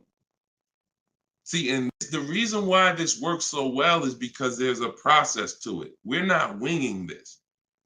The reason why any fighter who goes into a fight and they're winging it, they are in a position of struggle. We don't wing it. That's why when you see my 7-step process in my book, it's 7 steps. In Matt's Academy, my car buying school, it's 7 steps. Whether it's video, whether it's the book, it does not matter. It's 7 steps because the process does not change. A process should not change based on whether you want a new car, used car, a lease, a luxury car, an exotic car. It shouldn't change. So once you find the best price on the item, now you're coming home and you are going to now contact online banks, your bank, your credit union, and you're going to get all their offers. This is round 2 of the bank bidding war. Round 1 is any special interest rates on the car. No? All right. Then we go find the best offer on our car. Now we're going to start round 2, which is our bank, our credit union, online lenders, all submitting bids for our rate. Round 3, once that's done, round 3 is we call the dealer who we have the car on hold with, and we tell them the best rate we got, and we give them a chance to see if they can beat it. That's round 3, because the dealers have another 5 to 7 to sometimes 10 banks. So see if they can beat it. So now you have 3 rounds of individuals competing for your interest, for your loan, to give you a loan. 3 rounds. First is the special rates. Second is you, your bank, your credit union, online banks. Third is the dealer's banks. And so when you leave, you already know I got the best interest rate. I guarantee it because I had 15, 20 people competing for my bank, for my loan. And that if you do that correctly, you are going to see that it weighs on your credit at the end as the same as one hard inquiry. That is what the bank bidding war. When you get my book, I email you a copy of the bank bidding war with it because I haven't merged the bank bidding war into my book yet. That's an update. Yes, that's an update. So all of you who had the book prior, when I update the book, you get the new book. You get the new book. That's another reason why having a digital book is the best way to do this. Because when things change in this game, when websites change, people go out of business, I update the book so that things can stay fresh. That's a beautiful thing about having a digital book. So the banner is on the screen. You guys can go to deshonesbook.com on Facebook or YouTube. You can scan the QR code with your phone because everyone can get your copy for 75% off. You won't pay the normal $97 as long as you get to either my TikTok bio or my Instagram bio before the 30 minutes is up. Okay, that's a great question, though. And what we're doing is we're going a little deeper. I've had tons of shows. We've done tons of streams where I was doing these rapid fire answers. This is episode 17. So what you're going, or 18. So what you're going to see is we're going a little deeper on certain topics as we're led to. So go ahead, Dolan. Next question. 5 though. No, I'm not streaming on Twitch, Matt. Only on Facebook, YouTube, Instagram, and TikTok. This is Lauren over on YouTube. Used your system just last week to lease a new car and got a 2024 Tiguan, great, at 1.1% after getting 6 bids. Now you talking, Lauren. It was the most enjoyable car buying process I've ever had. Thank you. Do we see what let me screenshot this here. This is what we're talking about, Lauren. This is what I am talking about. See, Lauren didn't know me. See, here's how different information changes things. Lauren was just like y'all about a month ago. She didn't have my book because we didn't even release the book. She was just like y'all. She might have didn't even know me. But what? She's an action taker. She got on the stream. She said, look, I like what this guy's talking about. This book is $24. What's the worst I could lose? There got to be something in that book where I could at least make my $25 back. Or even if I paid $97, got to be some tip, one tip in here got to be able to make me at least $100 back. She later finds out she's going to get thousands of dollars in discounts, get a 1.1% lease. Well, what that means is if the car is $40,000, her payment is like $420 on a $40,000 car that people are paying $800 a month for, $700 a month. Her lease is 1.1% of the MSRP. So because she's an action taker, she went forward, she got the book, she used the scripts, she said, I'm done with the old process. I'm willing to unlearn my old way of shopping, and I'm going to relearn this new way to shop. That's why, you understand? That's why it's all about unlearning and relearning. You understand? And she's able to reap the rewards of not just saving the money, but receiving empowerment. Because this is the only way to car shop empowered. You could go negotiate. Not only are you not going to get the money off that we're getting, because if you're negotiating with an 80% dealer, there's no way for you to get these prices. So if you're in a dealer, yeah, they'll take off money for you, but their price was so high to begin with that when they take off the money, you're still higher. An 80% dealer is the overpriced dealers. You can't negotiate them down to the best price. So even if you did that, you still wouldn't have the empowerment of letting the business come to you. See, you're empowered when you're sitting at home and the business is coming to you. You're in control. And the only way to do that is with bids. So congratulations, Lauren. Enjoy your new Volkswagen. Beautiful vehicle. And I'm so glad to hear that you trusted the process and you have reaped the rewards. Congratulations. God bless you. All right, Dolan, go ahead. Throw the next one up. We are live, y'all. This is our Thursday, May 9th, 12 p.m. live stream. So if you don't see the banner over my head, we are live. You can ask your questions. We'll try to get them in the show. Wanda Lopez Smith on TikTok. Leasing companies not allowing third-party buyouts. Yeah, I explained that. If we have a third-party restriction, we're going to sell it to a local dealer. But we still get bids. We still need to get bids from the online car buyers to know if we have equity. If we have equity and we have a third-party restriction, we're going to sell it to a used car. Like if I had a BMW and there's a third-party restriction, I'm selling my BMW to a BMW dealer. I have a whole script in my book for how we do this. We talk to used car managers, and I'm going to have a used car manager buy it. See, some of you bought your car because you saw the third-party restrictions and you bought it and resold it. I don't like doing that because when you buy it and resell it, you have taxes, you have fees that you're going to pay. When you sell to a local dealership, sometimes they don't pay the taxes and there's no fees. So buying and reselling, you're eating up like probably $3,000 or $4,000 of any equity you would have. So yeah, we've been getting out of the, we've had a process for third-party restrictions since they started them in 2021. We've had a process for how we were going to sell our cars and get our equity, even with third-party restrictions. So that's never stopped us. Never stopped us. Good, great question.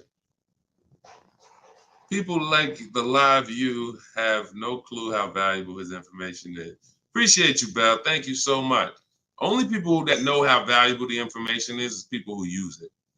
People who watch, there's a saying, you can't be a hearer of the word. You want to be a doer.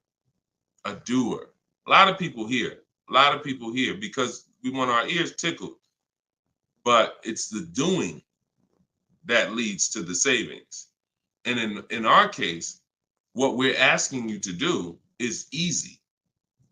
It's just your programming and your fear of a process. See, it's an unknown hell. I mean, an unknown heaven is what we have over here. But you have a known hell. Sometimes what you know is so comfortable, even though it's hell, but it's, you know it. You're comfortable with it. You're comfortable with the discomfort of car shopping.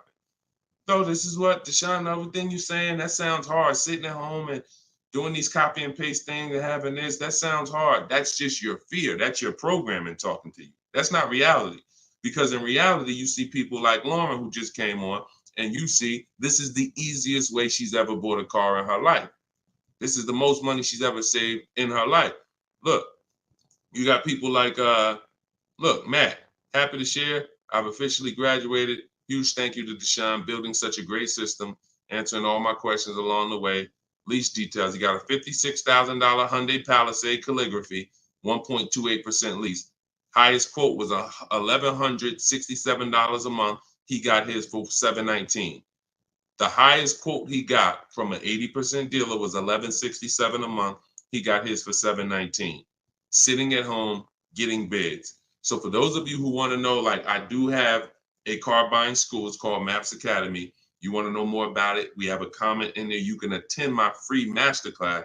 I don't let anybody in my school who has not gone to my masterclass. Everything you're doing raw and buying, selling, and leasing cars. So there's a comment in there for the comment section, and we have a link in my bio for you as well, who, if you think, you know what, I want to see about his online buying school.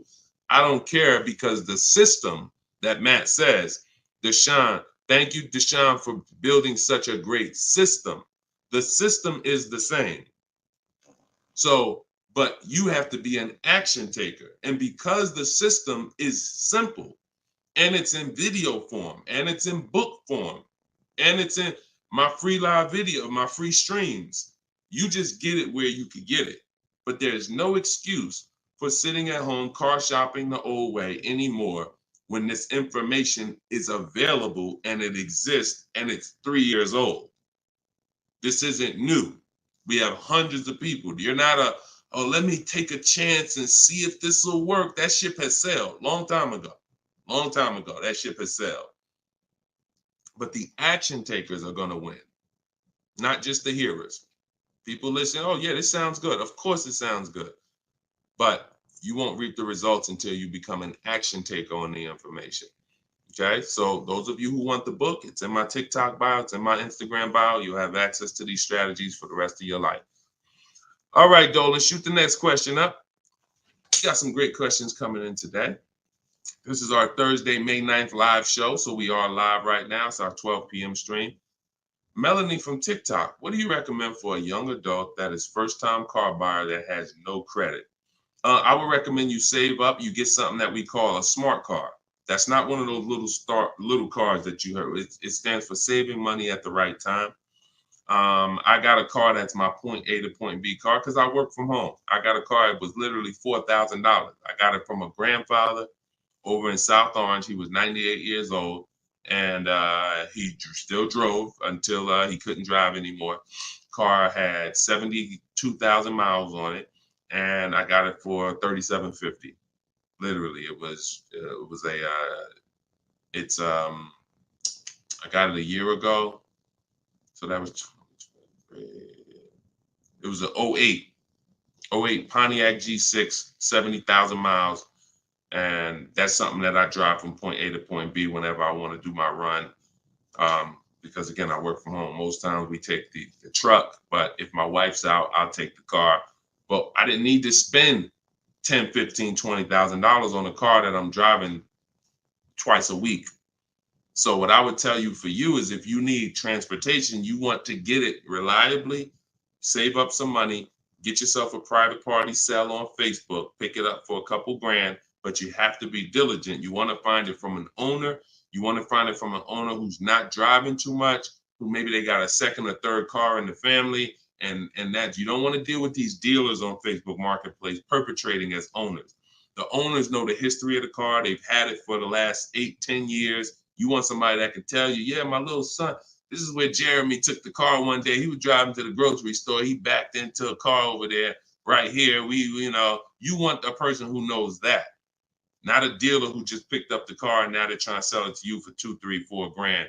So that's what I would be doing. I would be getting me a very reliable, inexpensive car that I can actually get to work with, make more money. And then once I make money, I will be choosing whether I'm buying or leasing based on if I'm going to keep the car for 8 more years. Whenever you get into spending real money on cars, over 12, 15 grand, this is when you start wanting to ask yourself, am I going to keep this car 8 years or not? Because once you get these cars and build up your credit, Melanie, another thing you should be doing is getting a credit card, not using it, pay it off every month, spend $20 on it, pay it off so you can get your credit up to a 700 score. You could be at a 700 score lightning fast before the next 12 months.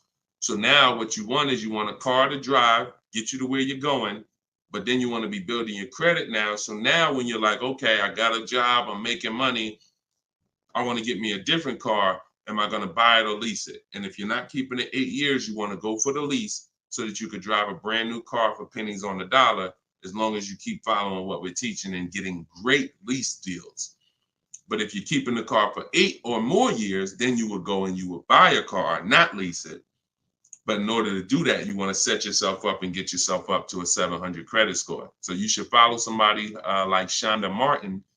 She's on all the platforms. Shonda Martin, this young lady is a guru when it comes to credit. She does a lot of live streams, a lot of Q&As, just like me. But yeah, you got a great path. But don't go out there and do what a lot of people do and finance a car, no credit, your first car, you're gonna go buy it. Now you're getting a $20,000 car, you're gonna probably pay, $500 a month for it. And now that car is gonna be a long-term thing because it's just too expensive. And you just don't follow the traditional route is what I would tell you. All right, I'm glad. It's my daughter. She has a full-time job and now searching for a car. Okay, perfect, Melanie. I think that's a great plan. Because the thing about that car that you're going to get for Facebook Marketplace is whenever she decides that she's ready to finance or lease a car, she can sell that car and get all her money back. If she finds a great car on Facebook Marketplace for $4,000, $5,000, you guys can sell that car and get the whole $4,000 or $5,000 back. You'll get 80-90% of it back. And I like to get whenever it's going to be a short-term thing, I don't want a car where it's going to be a burden to me later. We want to get a car that does the job now. I know with this Pontiac, whenever I choose to sell it, because I'm actually going to get a car. I've been waiting to get a vehicle that I want for a number of years. And when I do go get that, I'll sell this one, but I'll get everything back that I spent on that car. I'll get it back. So it's just strategic. It's a great way to move when you know these cars are not costing you money. You're breaking even on them, and it's just great. So that's what I would say, Melanie. That's what I would do for my own daughter. Okay, go ahead, Dolan. Shoot the next one up. We are live, y'all. We're going to try to get through as many as we can in the show. Type your questions. This is our Thursday, May 9th show, our 12 p.m. broadcast. So, Sir Francis on YouTube. What's the best source for an accurate valuation to determine if purchasing a used car is a good idea? I don't go by that. The only way purchasing a used car is a good idea for me is if we're keeping it at least 8 years. That's it. If you're not keeping it at least 8, are you keeping the vehicle at least 8 years?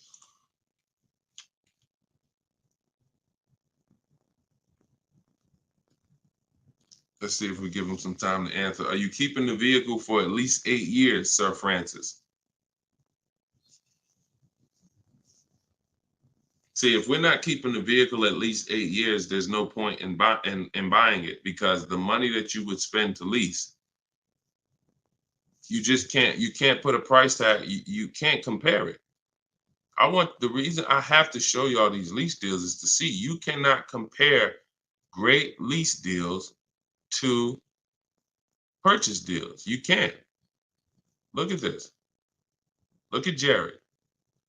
Jared followed the leasing like a boss system. The leasing process went quick and exactly like you said it would. Sent the emails. We had multiple offers to work with. Trusted the process. Used the scripts. Got the lowest offer from $565 a month down to $520 with a counter offer. Look. That's probably a $40,000 vehicle. I don't have it up in front of me because I cut the rest of his post off. But look, 1.28, $56,000 vehicle. Even if you were buying a used version of this. So let's just I want to show you this. Let's just say instead of leasing like Matt did here, he got a $56,000 vehicle for $719 a month. We already know with $1,000 every, with $100 a month on every $5,000, this $56,000 vehicle is about $1,100 a month. Every 5,000 bucks is a hundred bucks a month on a 5-year finance. So $56,000 vehicle, we're looking at literally $1,100 a month, $1,100 a month payment. Let's just say though he bought this car used. He didn't understand leasing. He found a used one. So instead of 56, let's say he gets one for, you know, let's call it instead of 56, he gets 26 grand off. Let's say he gets it for, hold on, let me do percentages. I don't know why I can't do math right now in my head. Let's say he gets it for 38. Let's use something that's really conservative and good. He gets it for 38. So a $56,000 Hyundai Palisade, he finds an incredible deal on a pre-owned one. He gets it for 38. Once his taxes go in, he's at 40. What's his monthly payment, y'all? If every $5,000 is $100 a month, what's his monthly payment for 40? See, it's all about no money down. If you notice, every time we're comparing numbers, we're not putting any money into the deals. See, when you're not putting any money into the deals, you can easily compare the deals. That's why all we do is shop with no money down, because it's easy to compare the deals. In my book is No Money Down Mastery. You're going to find every strategy I teach you doesn't involve money. It doesn't involve money, because when you want to put money down, that's different. But money down should be after you have assessed the deal already. So, those of you who want your copy of Cars from Home, 7 Steps to Saving Time, Money, and Avoiding Dealers, go to my TikTok bio now, get your copy for 75% off. Go to my Instagram bio, get your copy. But look at this. I'm asking y'all, what's his payment? Let's see if we got anybody that chimed in. If he didn't get this brand new one, if he didn't get this brand new Hyundai truck, he got a used one. So instead of 56,000, he got his for 38. Great price. He found one for 38,000, low miles. Now taxes are in, and he's financing 40,000. What's his monthly payment?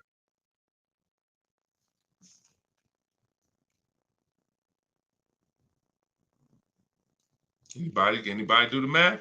Every 5,000 bucks. Well, I'm gonna tell y'all now. Okay, y'all taking a little long. It's 800 a month. Thank you, Derek. Thank you, Derek, on Facebook. 800 a month. So let's look at that. Matt drove off $719 a month, no money out of pocket. Brand new 2024, never been driven, new car smell, fresh out the plastic, $719 a month. Same person who bought that car because they didn't understand leasing, they're paying $1,100 a month. Now there happens to be another one just like it, but it's a 4-year-old one, and it's $38,000, and someone else gets that, and they're paying $800 a month. Do you see how much money those who don't teach you about leasing have cost you? Do you see how much money listening to those who don't understand leasing has cost you? Big money. So I'm either driving a used car and I'm paying more than the guy who got the brand new one. Or I'm driving a brand new one just like him and I'm paying $400, $500, $600 more than what he's paying because I bought the car. Now, when do the people who buy win? When do they win? 8 years down the road. 8 years down the road. See, because when you buy your car and you pay it off, see, the person who leases is not worried about depreciation. That's the car going down in value like this. The person who leases is not worried about depreciation. They've already beat it because their lease payment is so low. Their lease payment is so low, they're paying less than what the car's normal depreciation would be. So they beat it with a great lease deal. Now, the people who own the car they're not going to beat it because they own it. So any depreciation is coming against their actual car. If they could have sold the car today for 30, next year it's only worth 25, they lost $5,000.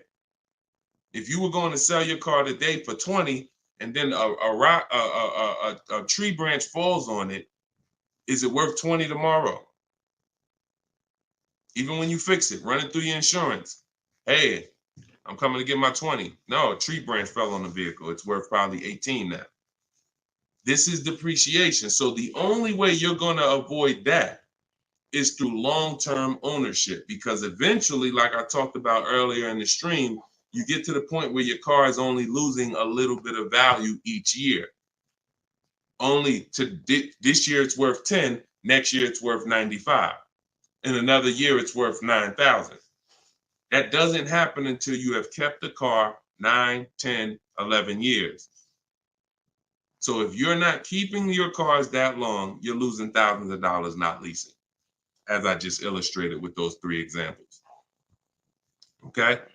So this doesn't change. I don't care whether it's Lamborghinis. I don't care whether it's Rolls Royces. The principles do not change. Derek on Facebook. If a manufacturer is offering a very low IR through their direct financing for well-qualified buyers, is there something I should look for on my credit report to know whether I should apply and let them run my credit versus using the pre-qualified offer I have from my credit union? Yeah, most people are going to qualify for the special rates. If you have fair credit, good credit, most people are going to qualify for the special rates because it's not super tier. Super tier is like A1 or A9 in the business world. That's super tier. Most of them are tier 1. So a tier 1 approval is really going to be if you have, 680 credit score and above. If you've had a car loan in the past that you've paid well, you should be able to qualify for those special interest rates. Those are not super hard to qualify for. And if it's something under 2.9, you're typically not going to see that coming from a credit union or a bank, not in this market.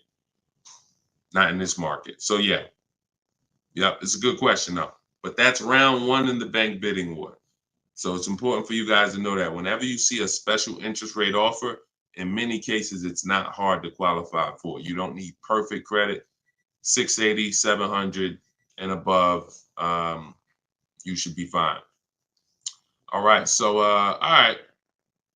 Let's go. John Tez on YouTube. I'm interested in getting a 23 Charger Scat Pack, trading a 2022 Camry. This is a disaster. This is a disaster. Dealer wants 56 for the car, but it's been on the lot for 220 days. What do you think I could get them to lower it to? Well, I'm going to just tell you honestly, why are you trading in a 2022 vehicle? First of all, if you paid cash for that car, you wouldn't be trading it in, because once you see what it's worth and what you're getting in 2 years, you've had the car for less than 2 years. See, there's something, here's what we're not getting. The reason why I hold this up is for y'all to see that you cannot trade in cars this fast and have it be and have it. And I want y'all to know we are 100% live right now. We are 100% live right now. You're not watching a replay. This is a live show. So we're going to dialogue on this for a quick second. You should not, if I show this so y'all can understand, the value of your car is dropping like this the first year, 2 years, 3 years. You think that you could buy a car here for $35,000, turn around, trade it a year later, and it's only worth now $27,000, and you're just going to flip and take that $7,000 loss in depreciation. You are going to absolutely lose your shirt. And the only way that you actually don't realize how much you're losing is because they hide it in your monthly payment, because you're a payment shopper. Just get me to this payment. I don't care about the numbers and all of that. I don't care about how much money I'm losing on each car. Just work my monthly payment to something that I could afford. And that is financial disaster. because there is no way, if you were coming and you were writing a check for this, if you came in and you bought that 2022 Camry and they said, okay, it's going to be 35 grand, you know, whatever, and you wrote a check for it, and then you came back a year later and you said, all right, well, what y'all going to give me for my 22 Camry? And they said, all right, well, we can only give you 25 for it. And you said, wait, I just paid 35 for it last year. You ain't giving me no 25 for it. You would never take that. But payment buyers take those deals all the time, because what they do is they give you the same 25, but when they finance it and stretch the loan out, they're like, see, and your new monthly payment is only $50 more than your old car. And you like, man, this sounds like a good deal. It's a horrible deal. It's not even a deal. It's a horrible offer, but you're not trained to see it. So whenever I see somebody who's switching from cars that are less than 2 years old to a brand new car, you're not talking about leasing it. So you're still in the mindset of, oh, I could buy cars, switch them, buy cars, switch them, buy cars, switch them. You absolutely are losing thousands of dollars on every single car you buy. So if I wanted to do what you were doing, replace my 2022 Camry with a Charger Scat Pack, and first you're buying another pre-owned one too. You're buying another pre-owned one. So you're asking, all right, I want to replace this 2-year-old pre-owned car that I got, and then I want to buy another pre-owned car and replace that one. But you're not looking at the fact that the 1-year-old Scat Pack you're trying to find is so rare. When you find it, you're most likely going to overpay for it, because who has 1-year-old Scat Packs? Who has 1-year-old Dodge Charger Scat Packs? How would that vehicle even end up on a dealer's lot? You only get the cars on dealers' lots one of two ways. The dealer has to buy them from auction, or buy them from one of their customers, or at the end of a lease, the person returns the car. So people are not usually trading in a 1-year-old car. So if it has been on the dealer's lot, maybe it's because it's a leftover model. And if it's a leftover model, you don't have anything to compare it to see how much you should be saving. So what I would be doing is, before I buy a 1-year-old Scat Pack, I would see what's the market on a brand new one. This is so important. This is so important, because this is financial intelligence. Look at this. If I would have walked in, this is Sean. Sean got an F-150 Lightning $73,000 vehicle. He ended up saving $20,000 on the vehicle. Brand new one. Same thing with Kimberly. She got a Maserati. You can see here, what does it say? Total savings, $20,700. 2023 Maserati Greco. $86,000 vehicle. They took off $20,700. That's the new one. So what happens if she would have bought a used one, 1 year old, and she saved 20 grand? She might have thought that was a great deal. Man, I got a 1-year-old Maserati. They took off 20 grand for me. Not if she didn't know that on a brand new one, she could have got 20 grand off. So whenever you're buying a car that new, you need to know what the brand new market is to know, all right, if I can save 10 grand off a brand new one, then how much should I save off the 1-year-old? I should save a lot more than that. See, and you have a lot of things that you moving in a way that I would tell you need a system, because it's hard for me to explain to you everything you are doing and a way you're approaching this, how you're going to overpay by thousands and thousands of dollars. You haven't talked about leasing versus buying. You're not talking about shopping for cars in a way where you can actually see multiple offers. You're talking about buying a 1-year-old pre-owned car without looking at what the market is. How do I know a good deal on a 1-year-old one? There's not enough vehicles out there for you to know a good deal on a 1-year-old, which means the only way I'm going to know a good deal on a 1-year-old one is I need to know what a good deal is on a new one. And if a good deal on a new one saves me 15 grand, then that means on a 1-year-old one, I need to save like 20 to 25. There's not enough vehicles for you to do that. So you should really be looking at following a system, learning about leasing versus buying. Are you keeping the next car 8 years or not? If you're not keeping the next car 8 years, you shouldn't be buying, you should be leasing. Because I don't care what you get the price for on the Scat Pack, you are gonna overspend compared to someone who goes and leases their Scat Pack and gets a great deal on it. So we got to slow down and look. Most times we're approaching car buying like grocery shopping. We trying to get our car deal done the same time as a grocery shopping visit. 2 hours, 3 hours. We're at the grocery store more than we're planning our car purchase. And the only way you're going to save money is to take your car buying process seriously. If it's just like, nah, Deshone, it ain't that big of a deal, then go ahead and go give them 15, 20 grand. But I tell you what, somebody like me, somebody who's listening to me, who getting the same car that you're getting, and they say, man, so funny, Deshone, I'm in the same position as that person is in. I got a Camry too, and I want to replace it too with a Scat Pack. But I'm gonna use your strategies. I'm gonna assess my old car, get bids for it. I'm going to determine leasing versus buying, and then I'm gonna shop for my car. That person will save 5 to 10 grand more than you, minimum. Minimum. I put any amount of money on it. So slow down and answer this question first. How many years are you keeping the next car? If the answer is not 8, don't think about buying it.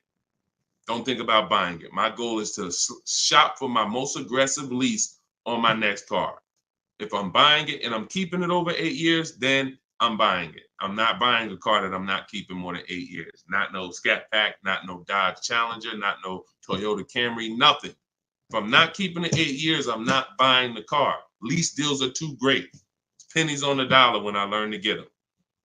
So everything I'm teaching y'all is out of my new book, Cars from Home. It's a digital book.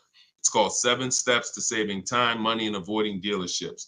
You can get your copy for 75% off in my TikTok bio. The price of the book is $97. That is the price. But you can get it for $24 if you get to my TikTok bio before the 30-minute timer expires.